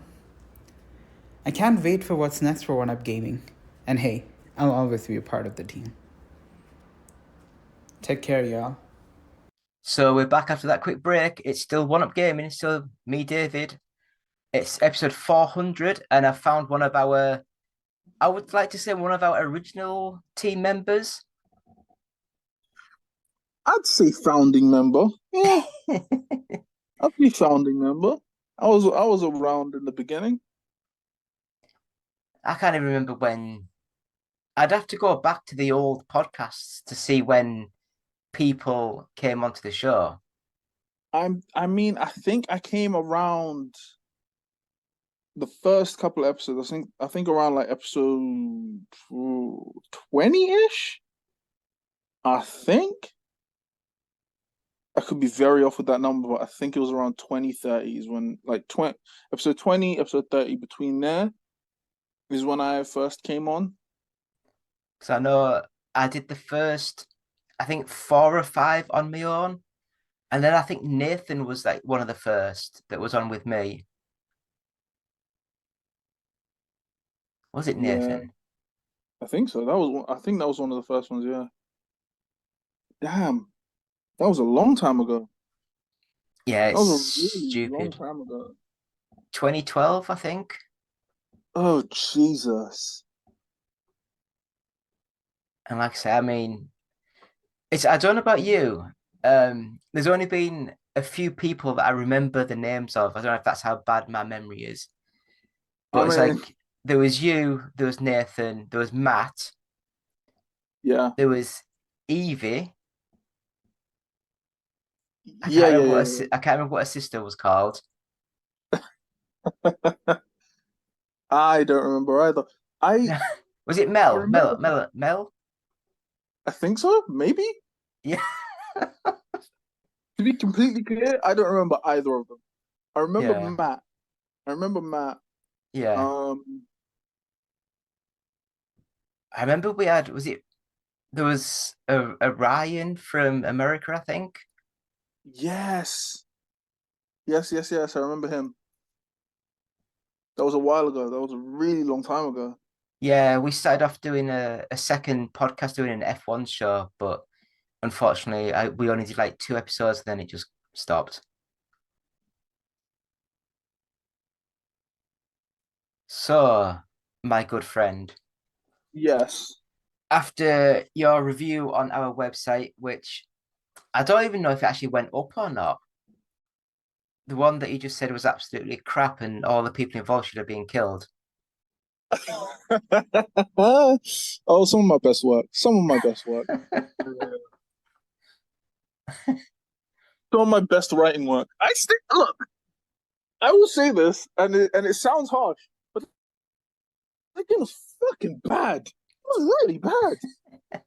I know everything that goes into making a game, right? I get it. I get it's difficult. I get it's time consuming. But Jesus fucking Christ, when I get stuck in a rock in the first 2 minutes, it's not a game. It's barely a slideshow. It's fucking terrible.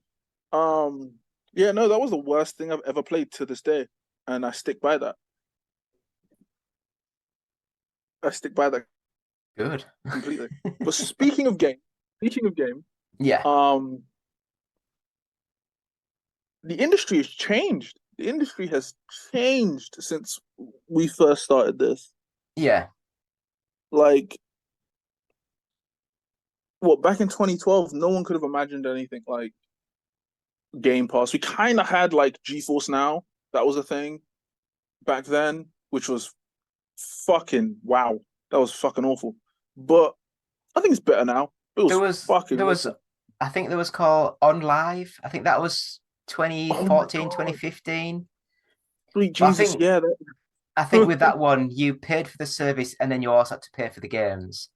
Yeah, that was a bad. I don't understand how that worked, but that was a bad idea. I got sent Um, a I got sent a code so I could use it for a year, jeez. and like all the games were included, so whatever was on their service I could play. Oh, that's But lucky. like all internet-based streaming services back then, it was nigh on unplayable. It was an absolute Yeah. disgrace.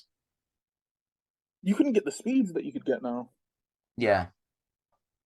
But it's like the industry's changed so much. Back in the day, we used to think, well, like, and I'm gonna talk about the Xbox thing. I don't know if you've already spoken about it on the show or not. I don't really do that Um, much news anymore. I just do a little bit of talking to the camera and a little bit of the games being played, and that's about it. I will say this. Um, it's a scary time to be a developer. It is a scary time to be in the industry as a whole Yeah. on any level because you're not safe. There is no job security, not really. Because you have Xbox closing 4 studios that they bought. They bought Yeah. and were like, yeah, we're gonna stick by these studios. So, and immediately, and then like, fucking, I think what, a year, 2 years later, shut them down. I'm like, God damn. And then fucking, what was it? I forgot the game. Oh right, Ubisoft brought out a bunch of games. They were like, we're working on all this different stuff. And then I think it was today or yesterday they spoke about. No, it was today. They closed production. They stopped production on one of their free to play games that they were working on for like 4-ish years, and they just shut production down on that out of fucking nowhere. To be fair though, I think some of these games would have been better off shut down and not being released to the general public. Oh, there are a lot of games I can say that. There's a lot of games I can say that about. Because I remember back in the day when Half-Life, the original Half-Life, was going to be coming out on the Sega Dreamcast. Yeah. And the game was fully finished, fully done. All the gold copies went out to reviewers. Everyone started reviewing the game, and then all of a sudden they just cancelled it. And they basically said, in America, if you make a game and don't release it, you get all the tax back that you've worked on for those 2, 3, 4 years. And they said that they would make more money getting the tax back by not releasing the game than actually releasing the game. Do you think that's what's happening now? I think what's happening now, I'd love to see numbers, but I think because of COVID, all the studios went like mobile, so they all went like in their own homes, working from home. And to do that, you need 2 to 3 extra people per team to actually make the numbers up to keep it going. Whereas if you're in an office, it's a lot easier to see what's happening and what's going on and keep on top of all the progress. So I just think that they must have upped the manpower to keep games coming. And now that they're all going back to the offices, they're all like, we've got like 50 people too many per team. You know, but I mean, I might be wrong, but I would love to see what the hiring numbers were a couple of years ago to see what they are now and what they were 2 years before COVID to see if there is a correlation to that. I feel like with COVID, I feel like a lot of especially games, got very overconfident during COVID because people were stuck inside. They didn't have much to do. Everyone played games. Everyone bought consoles. Everyone bought games because they didn't have anything else to do. A lot of people didn't. And they saw that uptick and they were like, oh, we're going to make this last for as long as physically possible. And they got overconfident with those numbers and they want those numbers. They don't want any other numbers. They want those numbers. That's not a thing that's going to happen. What's going to happen is those numbers aren't going to get reached again. You're not going to reach the same amount. You're not going to have the same amount of people playing concurrently. You're not going to have the same amount of people like invested in games around like all at once. It's not going to happen. I feel like that's a hard truth that needs to be told. And I feel like especially Microsoft spread themselves way too thin. They bought Bethesda, which I'm still scratching my head about, to be completely honest. I understand why, kind of, not really, but kind of. I get why you would want to buy Bethesda, but it feels like you don't have the financial stability to keep it running. Oh, they do. They're the richest company in the world. Yeah, Microsoft is. Like, let's be completely honest. Xbox is the unwanted child of Microsoft. They're the kid, they're the weird kid. They're the one that like everyone else is doing, like, you know, operating software, laptops, PCs, and then Xbox is over here being like, I made a box. as much as like Microsoft wants them to succeed, they can't keep funneling money in. They just can't. It's not something that companies do. But right? If you look at it from the other way, they've bought Bethesda, and Bethesda have the Elder Scrolls Online and Fallout 76, both games completed and done, and they're just bringing in like millions and millions of dollars every month by active players playing those games. Yeah, but they're not bringing in enough because you have to remember. I think they are. Those no, two because games. You have to remember they spent money. Like Microsoft's problem is they spend more money acquiring things than they do getting back.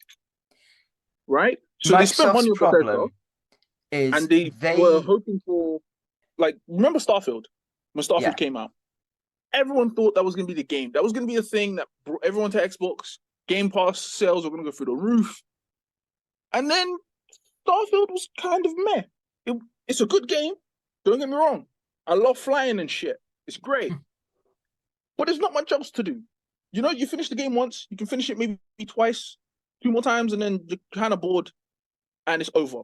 And that takes you about if you're not trying to do everything at once, it's going to take you about 60 hours. And then after that, 60, 70 hours. And then after that, you're done. Like, that's it. Like, you're finished. The game's done. And they can keep adding stuff and adding new things. And yeah, maybe the game will become something that people can keep playing forever.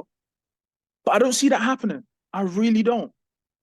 And Xbox put a lot of eggs in that basket, bought studios and um and development teams and everything else with the understanding that, hey, this is going to be a game that will be not just a flagship, but something to carry us over. And it's going to carry over other games. It's going to allow us to put production onto other games, and those games are going to be successful. But I don't think it's about success anymore. I think it's about money. It's about the amount of money they can bring in to cover the losses that they have gained from not selling enough consoles, from losing Game Pass subscribers, to even just like not having enough games on Game Pass that people actually want to play. Because they bought Activision, and Activision cost a lot of money.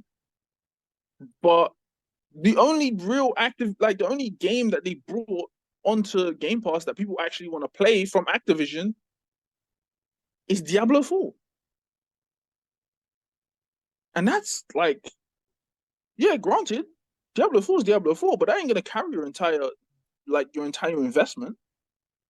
And sure, you can bring COD on, but COD makes more money in sales, so it doesn't really need to be on Game Pass. You could put the previous CODs onto Game Pass, and sure, people would love that.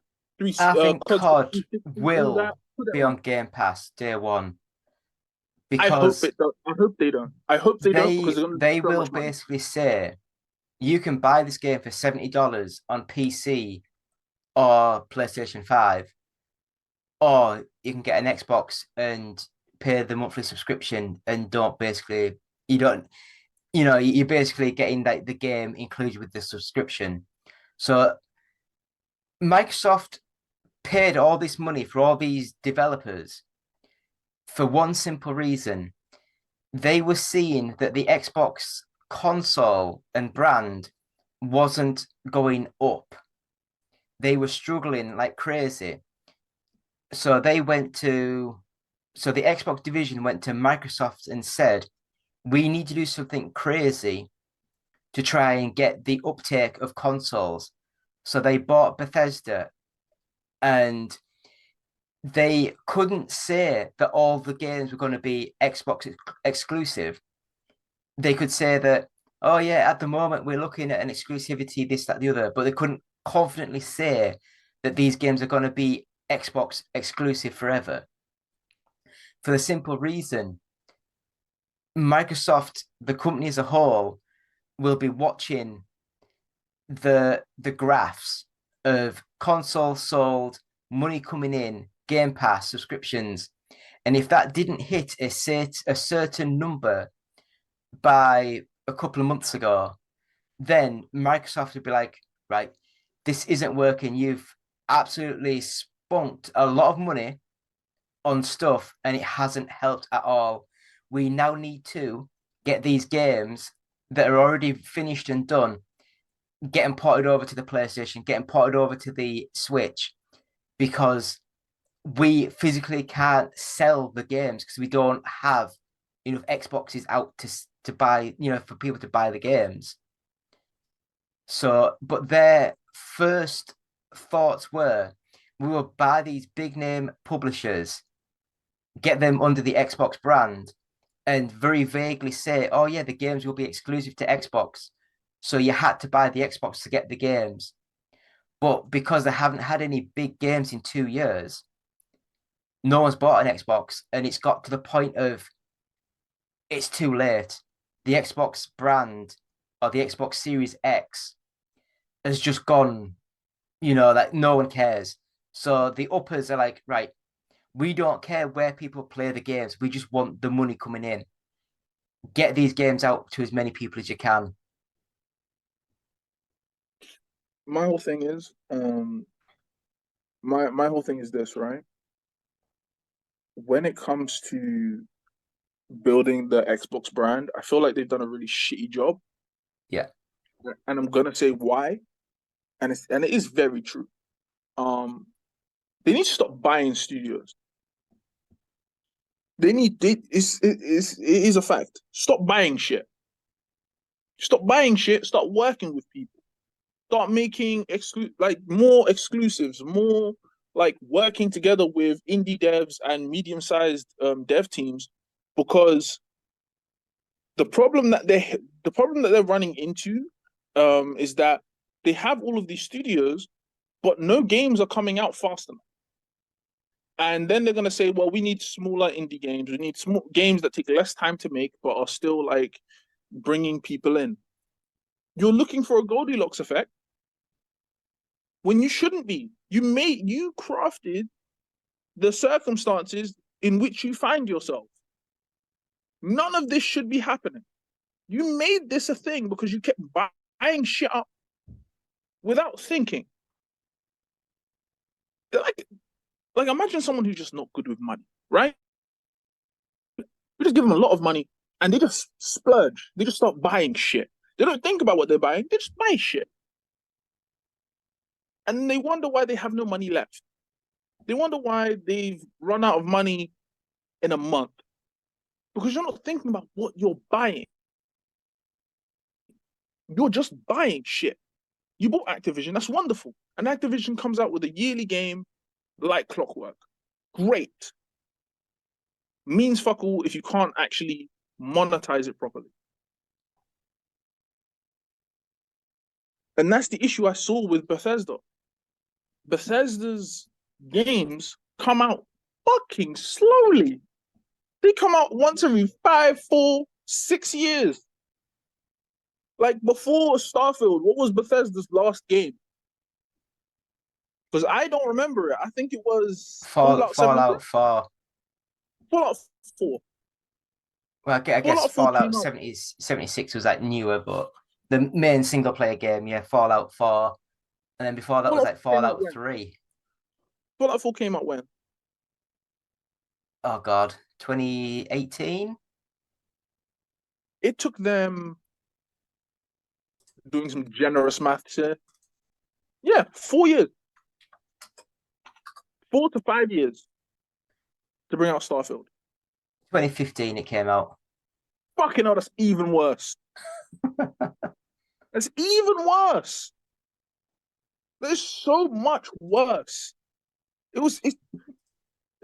That's 7 to 8 years, right? 7 to 8 years. I'll give them 7 to 8 They got the Fallout 76 in between them as well. Yeah. But let's be 100%.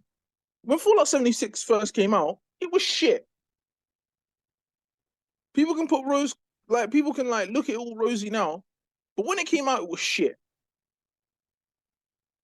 So it took them 7 to 8 years to bring out a game. That is not a studio you can hang your hat on and say they're gonna bring in money.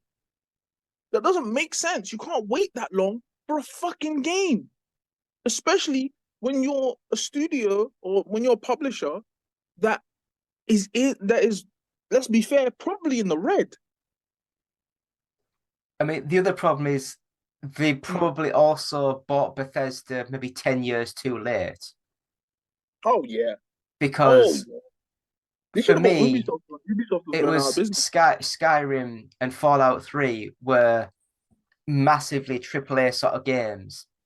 And I think everything else that's come out after those games, they might have been good, but they've gone from 10s to like a 7. So now the games coming out after Microsoft's bought them, like Starfield, it might still be like a 7 out of 10, but people's expectations are still like 5, 6 years earlier when, Skyrim that was coming out, when they're like, everything they do is gold. But I just think that a lot of developers over the last 5 years, unless they've put like $300 million into the game, are a bit of a disappointment. You know what it is? I heard this. I heard someone say this before, like a couple of days ago. AA games are where actual innovation and like good games are coming out. I'm not saying AAA games aren't good. I'm not saying that at all. Those developers put in time, work, and those games come out. They're not given But enough time. I will the say that problem now. is they don't AAA sell. developers, no, but that's the thing. AAA developers aren't given enough time and freedom to actually develop those games into what they should be. I will Yeah. say that now, right? Because you had the same. We had like there was a discussion before. I think it was like a year ago about creative decisions being made within Ubisoft and how the creative director would basically be the person. The creative director and game director would be the person. Would be the people who basically just made all the decisions, right? And developers themselves had very little leeway and very little like influence on how the game would come out, what features there would be, that type of thing. It would all be on the top level, and the people actually like the developers themselves would have very little say in how things were made.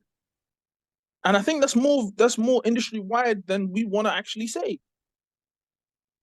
Because the way I look at it is like this: if you're going to step in and buy these studios, especially Activision, especially something like Blizzard, if you're gonna step in and buy these studios, at least for the love of fucking God, restructure, make it in some way more efficient to the game plan that you have ahead.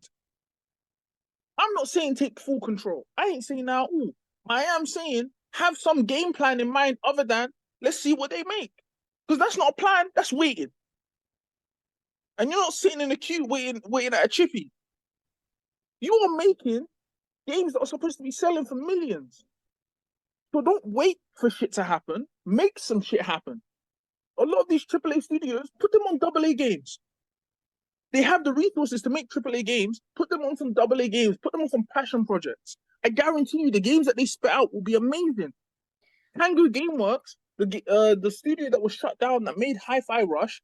Hi-Fi Rush is one of the most highly acclaimed games of last Yeah, year. but over the last year, they've lost all their leadership. You know, so I think it got to the point of they just it's like the main guy, the guy who did all the Resident Evil stuff, he quit like a year ago, and there was like 3 or 4 other high up execs that have all left. Mm. So I just think that yes, it's shit.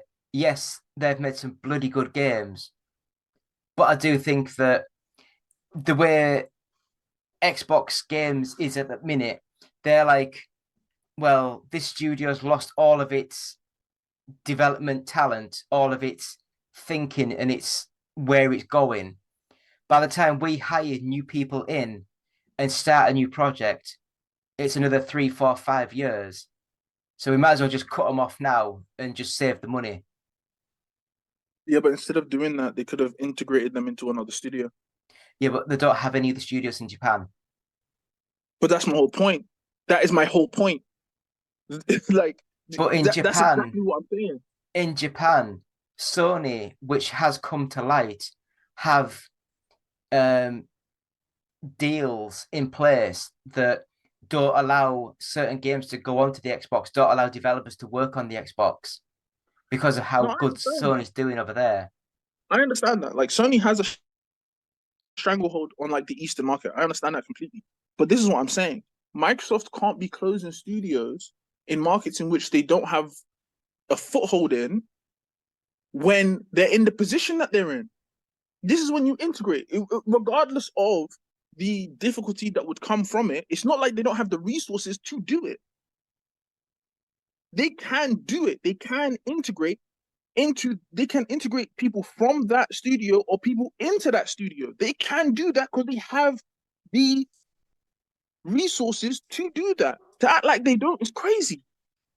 Because again, this is Microsoft we're talking about. This isn't some other like low-level publisher or like fucking the Roku. This is fucking Microsoft. They have the resources. They're just not using them. You bought fucking Activision. All of Activision's resources are at your fingertips. Use them.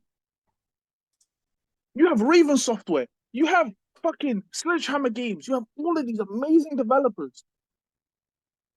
You have all of these amazing teams. Use them.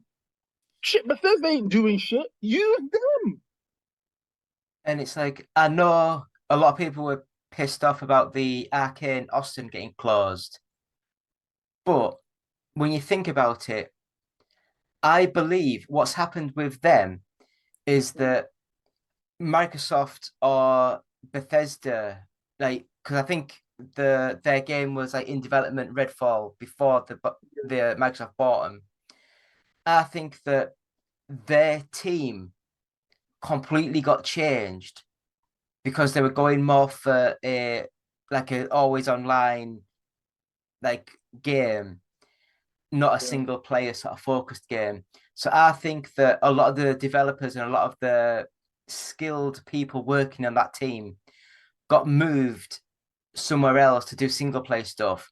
And then this Arcane Austin, a lot of the multiplayer focused developers got moved into that team to get Redfall up and running. And I just think that now Redfall's come out, it's been a disaster. Again, Microsoft just looked at it and like, this team is full of people just for multiplayer online games. And we don't need that. We don't want that. And all the single player developers had already been moved over to other teams.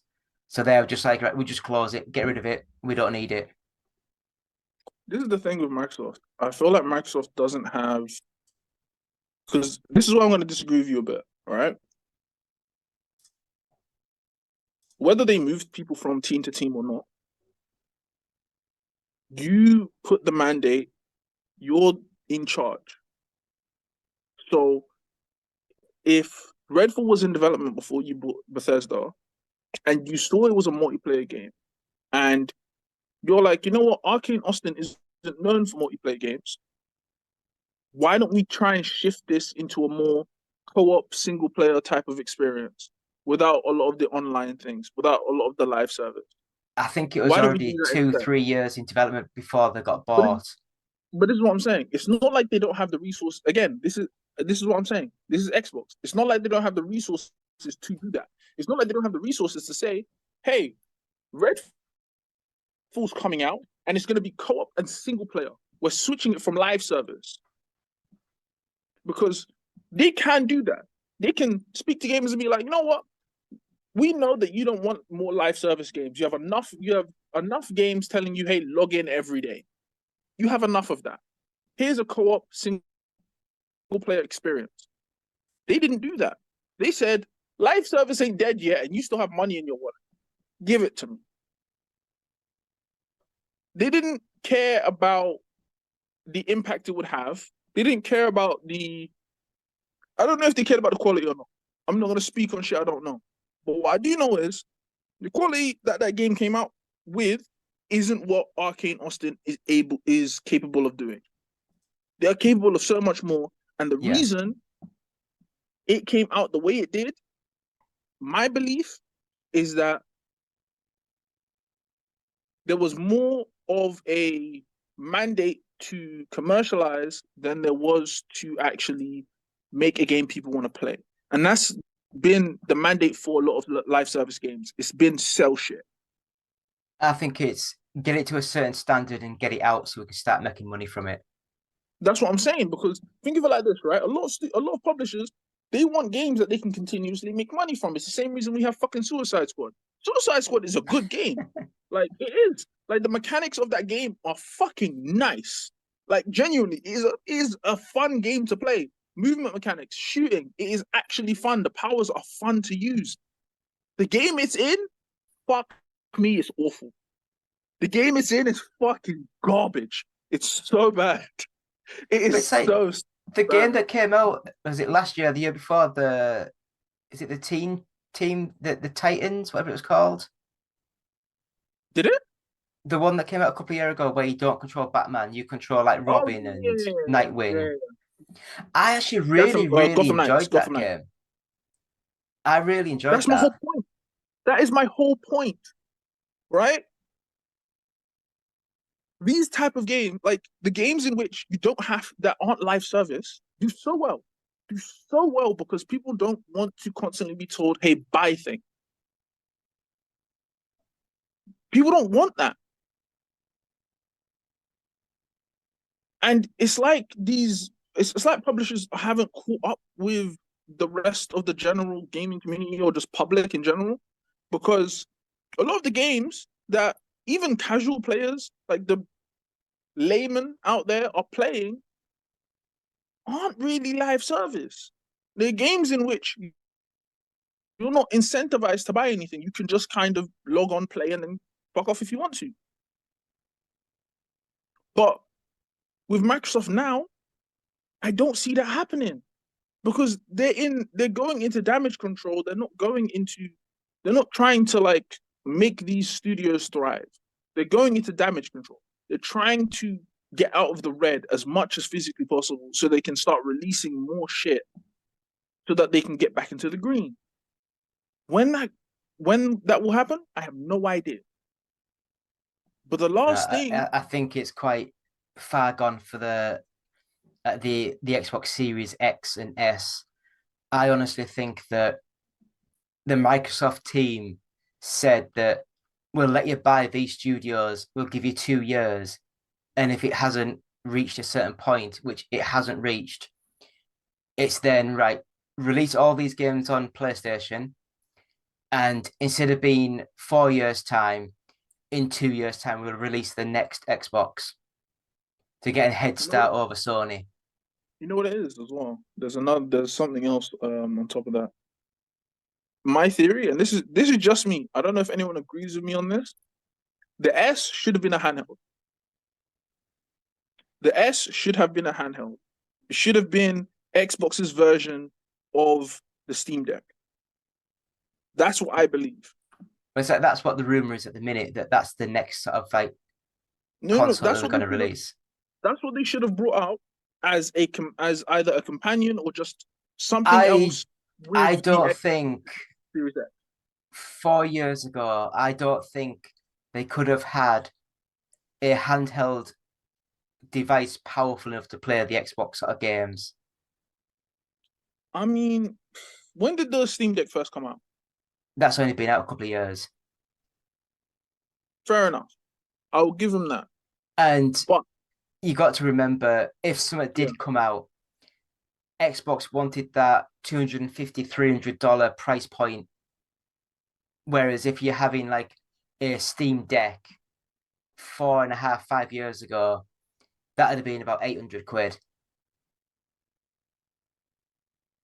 That's fair too. Whereas now they could probably get like the Xbox sort of standard out there for like $350, maybe $400.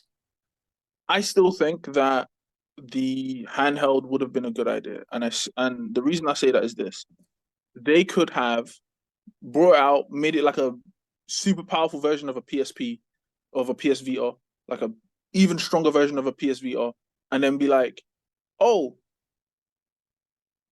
3-4 years later, boom, refresh, new one, complete new shit in it, more powerful, better battery life, da da da da. They could have done it, and then 2 years after that, new refresh, new screen, new battery. Buy it if you want to. Next, boom, and you can keep going. And that would have been the Game Pass machine. Why? Because there is no reason for it not to be. Because this is the thing that I'm seeing, and this is the thing that I'm noticing a lot. More middle of the road games, like AA games, are coming out on Steam and PC than on console, because they see it as, okay, people have all of these different machines, from the Steam Deck to the ROG Ally to the Legion Go. They have all of these different machines, right? But they're all still using Steam. So we have a much bigger audience now. We have a much bigger like population of players to advertise to and who might want to play our game. So all we really have to do is make it compatible with the Steam Deck, and it's going to be compatible with the rest of them. We might need to make some changes here and there, but it's not going to be that much of a difference. Then what? They corner that market. Steam has PC down, handhelds down. Xbox is left with what? They don't have PC. PC Game Pass is fine. It is good. I ain't gonna say it's not. But is it good enough for people not to use Steam? Hell no. And Game Pass on console. Again, I love it. It don't change the fact that it don't take anyone away from PlayStation or PC. And that's my whole point. As wonderful as this all sounds, right? Hypothetically, being like, oh, well, they didn't have the resources to do it. Long-term thinking, they should have done it anyway. You're making a streaming service, a game streaming service. Handheld. Easy. First thought you have. Why? Because even if it's not fucking amazing, you can refresh that bit in 4 or 5 years and be like, new and improved. And people will buy it. Because there will be new games out. There'll be reasons for developers to be like, you know what? I actually want to make it on that because it'll be easier for people to play. It'll be easier for people to consume. People can let their kids play. Other people, like, you know what I mean? It allows you to have a bigger audience. Xbox isn't thinking of that. They're thinking, how do we make the most money? You ain't gonna make no money if no one makes a game for your console. And it sucks, but it's true. I think we've had enough depressing this time. There's 1 minute left of this Zoom recording facility thing. Do you have anything else to say? Do you have anything else more positive to say for 1 minute? It's not more positive, I ain't gonna lie to you. But I am gonna say this one thing. The new Assassin's Creed got released. Not released, got announced. And it is based in Japan. It is Assassin's Creed Shadows. And I want to say one thing and one thing only. Everyone complaining about the character choices in which you have in that game, which are a samurai and a ninja. You have a female Japanese ninja, and you have a historical figure, Yusuke, who is a black samurai. He is historical. He existed. Why you're upset that he's in the game, I'm not going to say, because I don't want to get David in trouble. What I am going to say is, obviously, I know, and you know, that you don't actually care about historical accuracy because you're playing a test. A few moments later. So, you were going on about the words that you didn't want to use about people being maybe racist? A little bit, yeah. Shit, I'll just go off from there. You work your editing magic. But let me get back to what I was saying. You cannot complain about historical accuracy or the nationality and or like anything to do with accuracy in a Assassin's Creed game. You had you had an Italian in I think it was Assassin's Creed 3. Was it Assassin's Creed 3 when they went to Turkey? You had an Italian main character. Yeah, three was when they were in America, weren't they? Yes, 3 was in America. 3 was in America in which they made George Washington a mage. The man had the golden apple and he was turning himself into a king. Granted, that was DLC. Yeah, but was he still white? Yeah, of course he was still white. But this is my whole point. Yusuke is still a real person. He's still a real person. The only part of his history we do not know is what happened to him after Oda Nobunaga died. Because he was his samurai. And I swear to God, if a person says he was his retainer, you could be a retainer and a samurai, motherfucker. I swear to Christ. It was a time period in which you could not carry a sword without being a samurai. If you were carrying a sword of a certain length without being a samurai, crime. Hence, he was a samurai. It can't be more plain than that. It can't. And it's the weirdest thing too, because Japanese studios have no issue putting him in games, right? They have no issue putting him in games as a samurai or as whenever they put in Oda Nobunaga, he's always there. Like they have no issues doing that. But for some reason, in the West, a certain type of person, I'm trying to be very democratic here, I'm gonna stop being very democratic, but I'm gonna keep trying. A certain type of person has an issue whenever they see him. Because they're like, well, black people weren't in Japan. Yes, they were. They really were. So I don't understand. I don't understand how you can say this shit. Because it feels like you either have no idea what you're speaking about, or you're just being racist. That's it.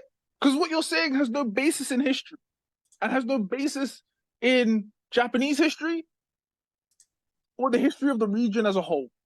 So it just feels fucking stupid. It feels so fucking dumb.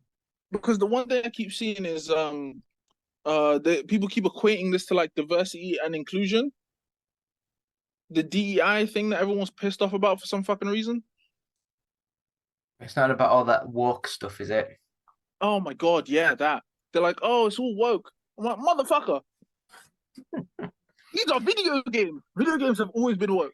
I hate to break this to whoever has never heard this before. Maybe you weren't paying attention. Media literacy is hard for some people. You can't read. That's okay. I understand.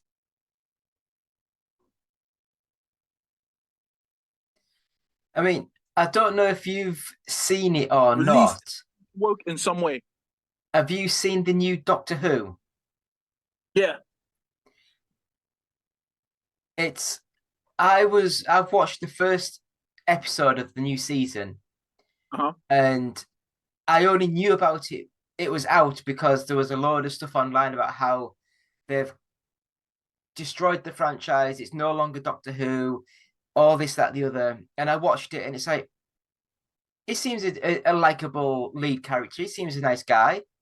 He seems like the Doctor, overconfident, like stupid, and all that kind of stuff.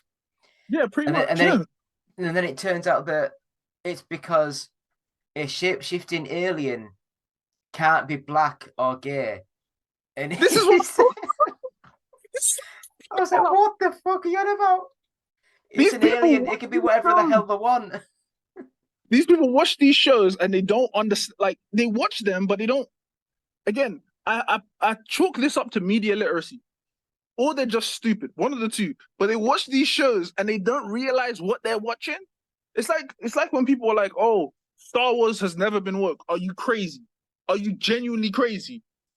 Are we watching the same thing? Or like fucking Star Trek has never been woke. Are you out of your damn mind? The craziness that comes out of these people's mouths, I genuinely think they're the personification of a fake fan. You know how when like someone says they like anime or they like video games and they get like 101 questions about like, oh, what's your favorite? What have you seen this anime from the 70s? Like all this shit. They get all those questions because people want to gatekeep shit. These are the motherfuckers you're supposed to be keeping out. These motherfuckers. The ones that like watch the thing, but they know nothing about it. Like it literally, I swear to God, it's like they're just watching it for the pretty colors and the sounds. Like, you know when you put a baby in front of a TV and they don't understand what's going on, but they just like how things move. It's that. That's what's happening. It's like, iPad time. I can understand if the people were saying that the script, the direction, the story of the new Doctor Who was absolutely crap and didn't make sense. I agree with that. But they don't mention any of that. They're just going about the black gay actor. Because this is the thing. I'm not a Doctor Who fan. I will say that right now. I am not a Doctor Who fan in any way, shape, or form. I kind of like seeing little clips of it because it's kind of a cool show. I just can never be bothered to like watch it. I can't be fucked. I will say this though. One thing I know about Doctor Who is the man's ridiculous. Nothing he does makes sense. His time travel is called timey-wimey shit. He uses a sonic screwdriver that can do many things that a screwdriver shouldn't be able to do. And I don't even think it's sonic. I just think he calls it a sonic screwdriver. He travels time and space in a fucking police box. Stop trying to make sense out of nonsense. You're doing yourself a disservice. It makes so very little. This man fights concepts. He doesn't even fight like evil people. He fights concepts of reality at this point. What are you upset about? Stop trying so hard to be upset. Just say you hate your life and get over it. That's it. I honestly think what's happened is a lot of people since COVID have been inside on Facebook, and with the Facebook algorithms, when you're given certain news stories which aren't news, but you're given certain stories, if you click on them and read through them, you will get given more stories of the same style. So someone's probably saw something. It's like the headline was, "Oh, have you heard Star Trek's going woke?" So someone's like, "Oh, Star Trek, I like that." They'll click on it, and it's a completely fluff piece about how they're giving too many black actors roles in an alien race, which can be whatever the hell they want. They're not even like English or like from Earth.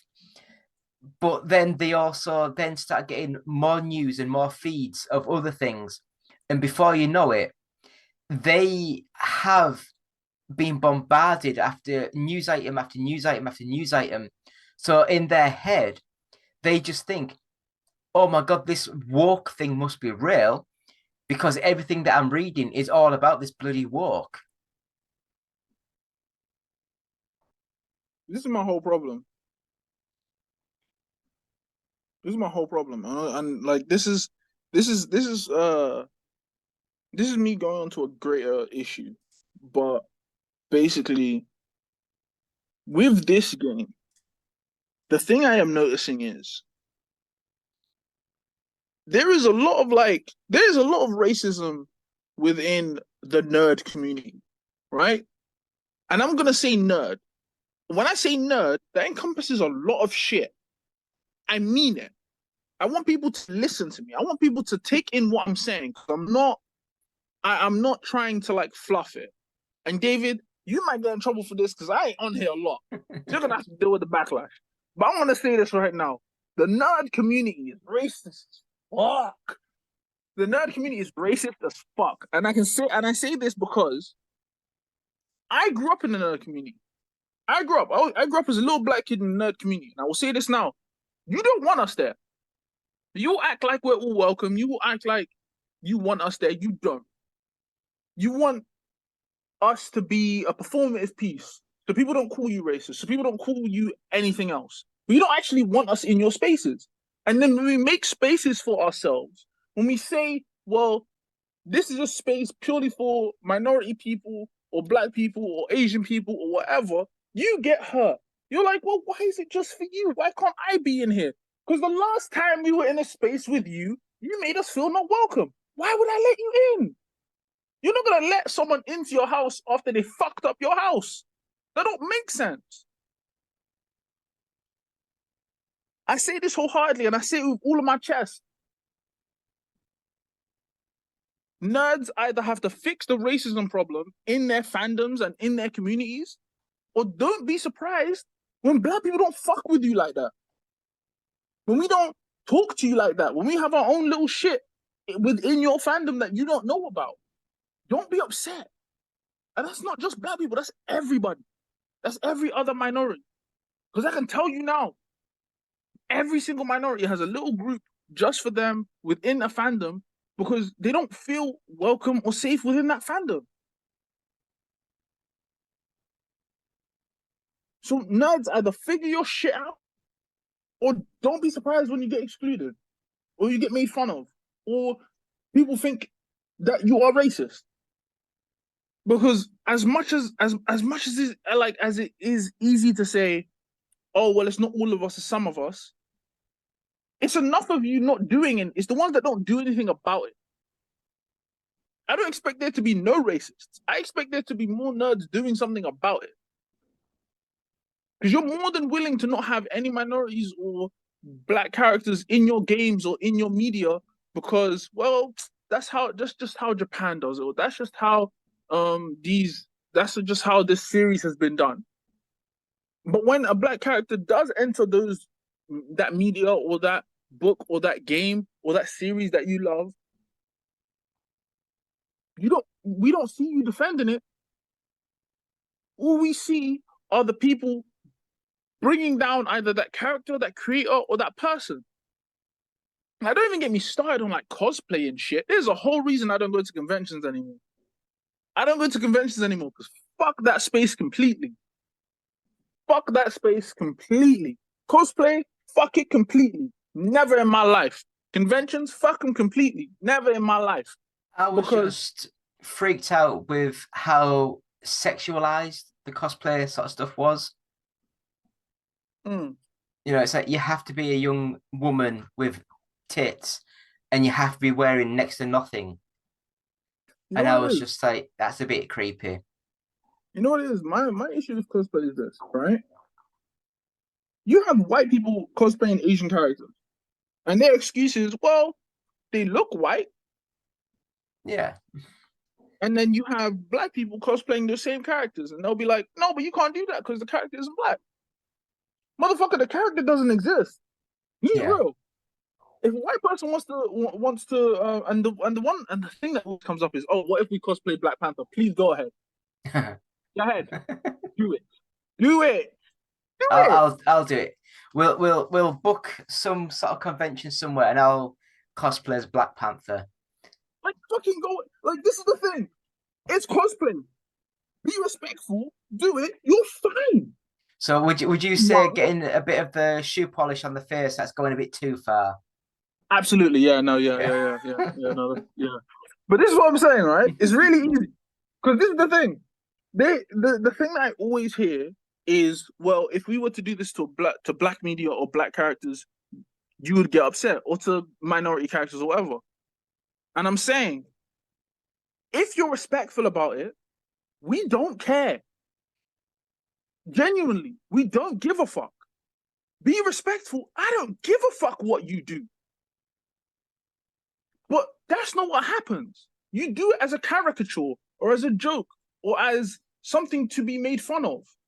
You do not do it in a way that is appreciative or taking inspiration from, because that's not what you do. Because you want to be antagonistic. You want to piss people off. That's the main difference. That's why. I want to do that. I want to just piss everyone off. But this is what I'm saying. Like, that's the main difference, right?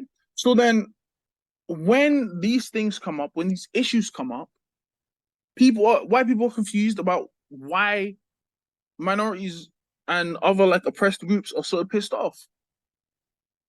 It's because we just want to have fun in the space. And a lot of people don't want us there. So we make spaces for ourselves.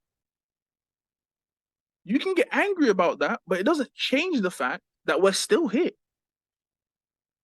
Now, you can complain. Sure, go ahead, do your thing. I'm not going to give a fuck. Because purely and simply, this game is going to come out. Maybe. Assassin's Creed Shadow will come out. Maybe. It will have it's Ubisoft, so you never know. But it will have a black character in it. Now, you don't have to like that, but there's fuck all you can do about it. Yeah. I ain't telling you to play the game. You don't want to play it, don't play it, that's fine. But I will say this. If your only critique of a piece of media is the look of someone, then you're not paying attention to that piece of media enough. You don't have the media literacy to appreciate it, or you're too stupid to understand the deeper themes of the media you're watching. Or I another do point. think a lot of the time it is people just too, I wouldn't even say too stupid, they're just so gullible in what they read and what they hear. But yes, I think we'll end it there. We've had a good 20-minute rant. Yeah. So that brought back memories of the old times right there. That brought back memories of the old days.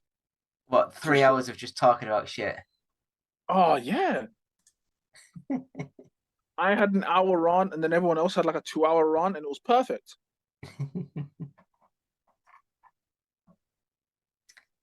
So I will just sort of say thank you so much for coming back on. It's been a pleasure speaking to you. Was the last time episode, was it 300 Yep, or 350? Maybe it might have been 350. I think so. It was the last. Yeah, it was the last big one. We need to. Well, like, I'm always gonna be around. So if you ever Yeah, want me to, like, I jump don't. on, It's nice to have someone to bounce off and to talk shit to. I mean, So I'm always yeah, around. And like, if you I'll need keep more I'll rant, keep you the messages there. I'll keep messaging you, see what's happening.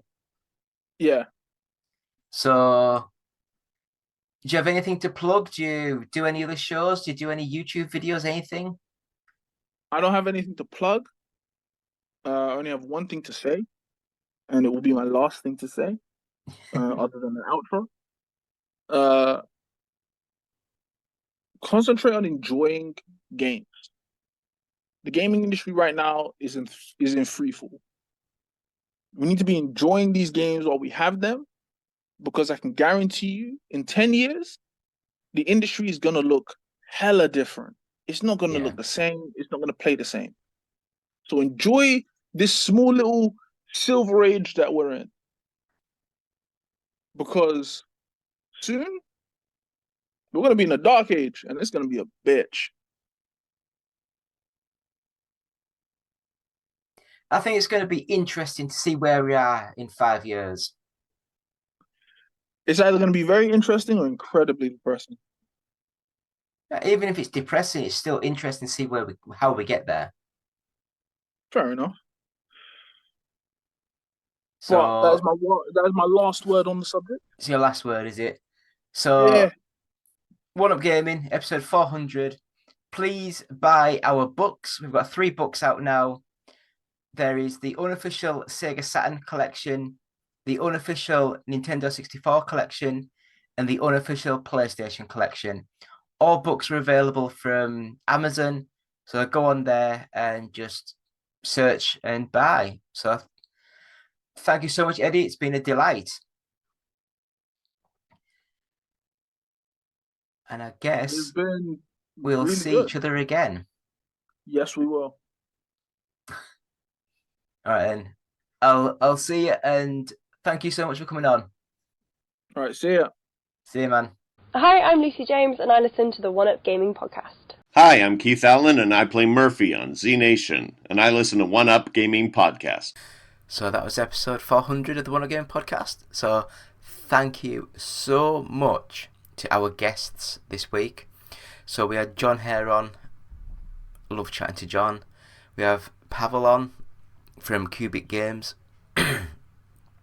We had Eddie on that used to be a part of our team years and years ago, and we had little guests doing little bits. So Dave from Dave Chats Games, we had the Retro Asylum, we had Lee Chapman who does the Lee and Peter bits that are on TikTok. We had Bob, who used to be a part of our team from 2013, I think it was. So thank you all so much for coming on. It's been David, One Up Gaming. It's been an absolute pleasure. It's been an honour. 400 is a massive milestone for us. So please check out our website, which is oneupgaming.co.uk. Check out our reviews, our features, our bits and bobs. Go to our Etsy store, just search One Up Gaming. Go to our YouTube channel, like, subscribe, share, bell the icon, all that stuff. Really great. And if you're listening to us on a podcast, then please subscribe to us, give 5 stars, positive feedback, all that good stuff. And hopefully we can grow and keep going. So yeah, David here, One Up Gaming. Thank you so much to all of our guests. And it's been an absolute honour to chat to a lot of you today. So thank you. Goodbye.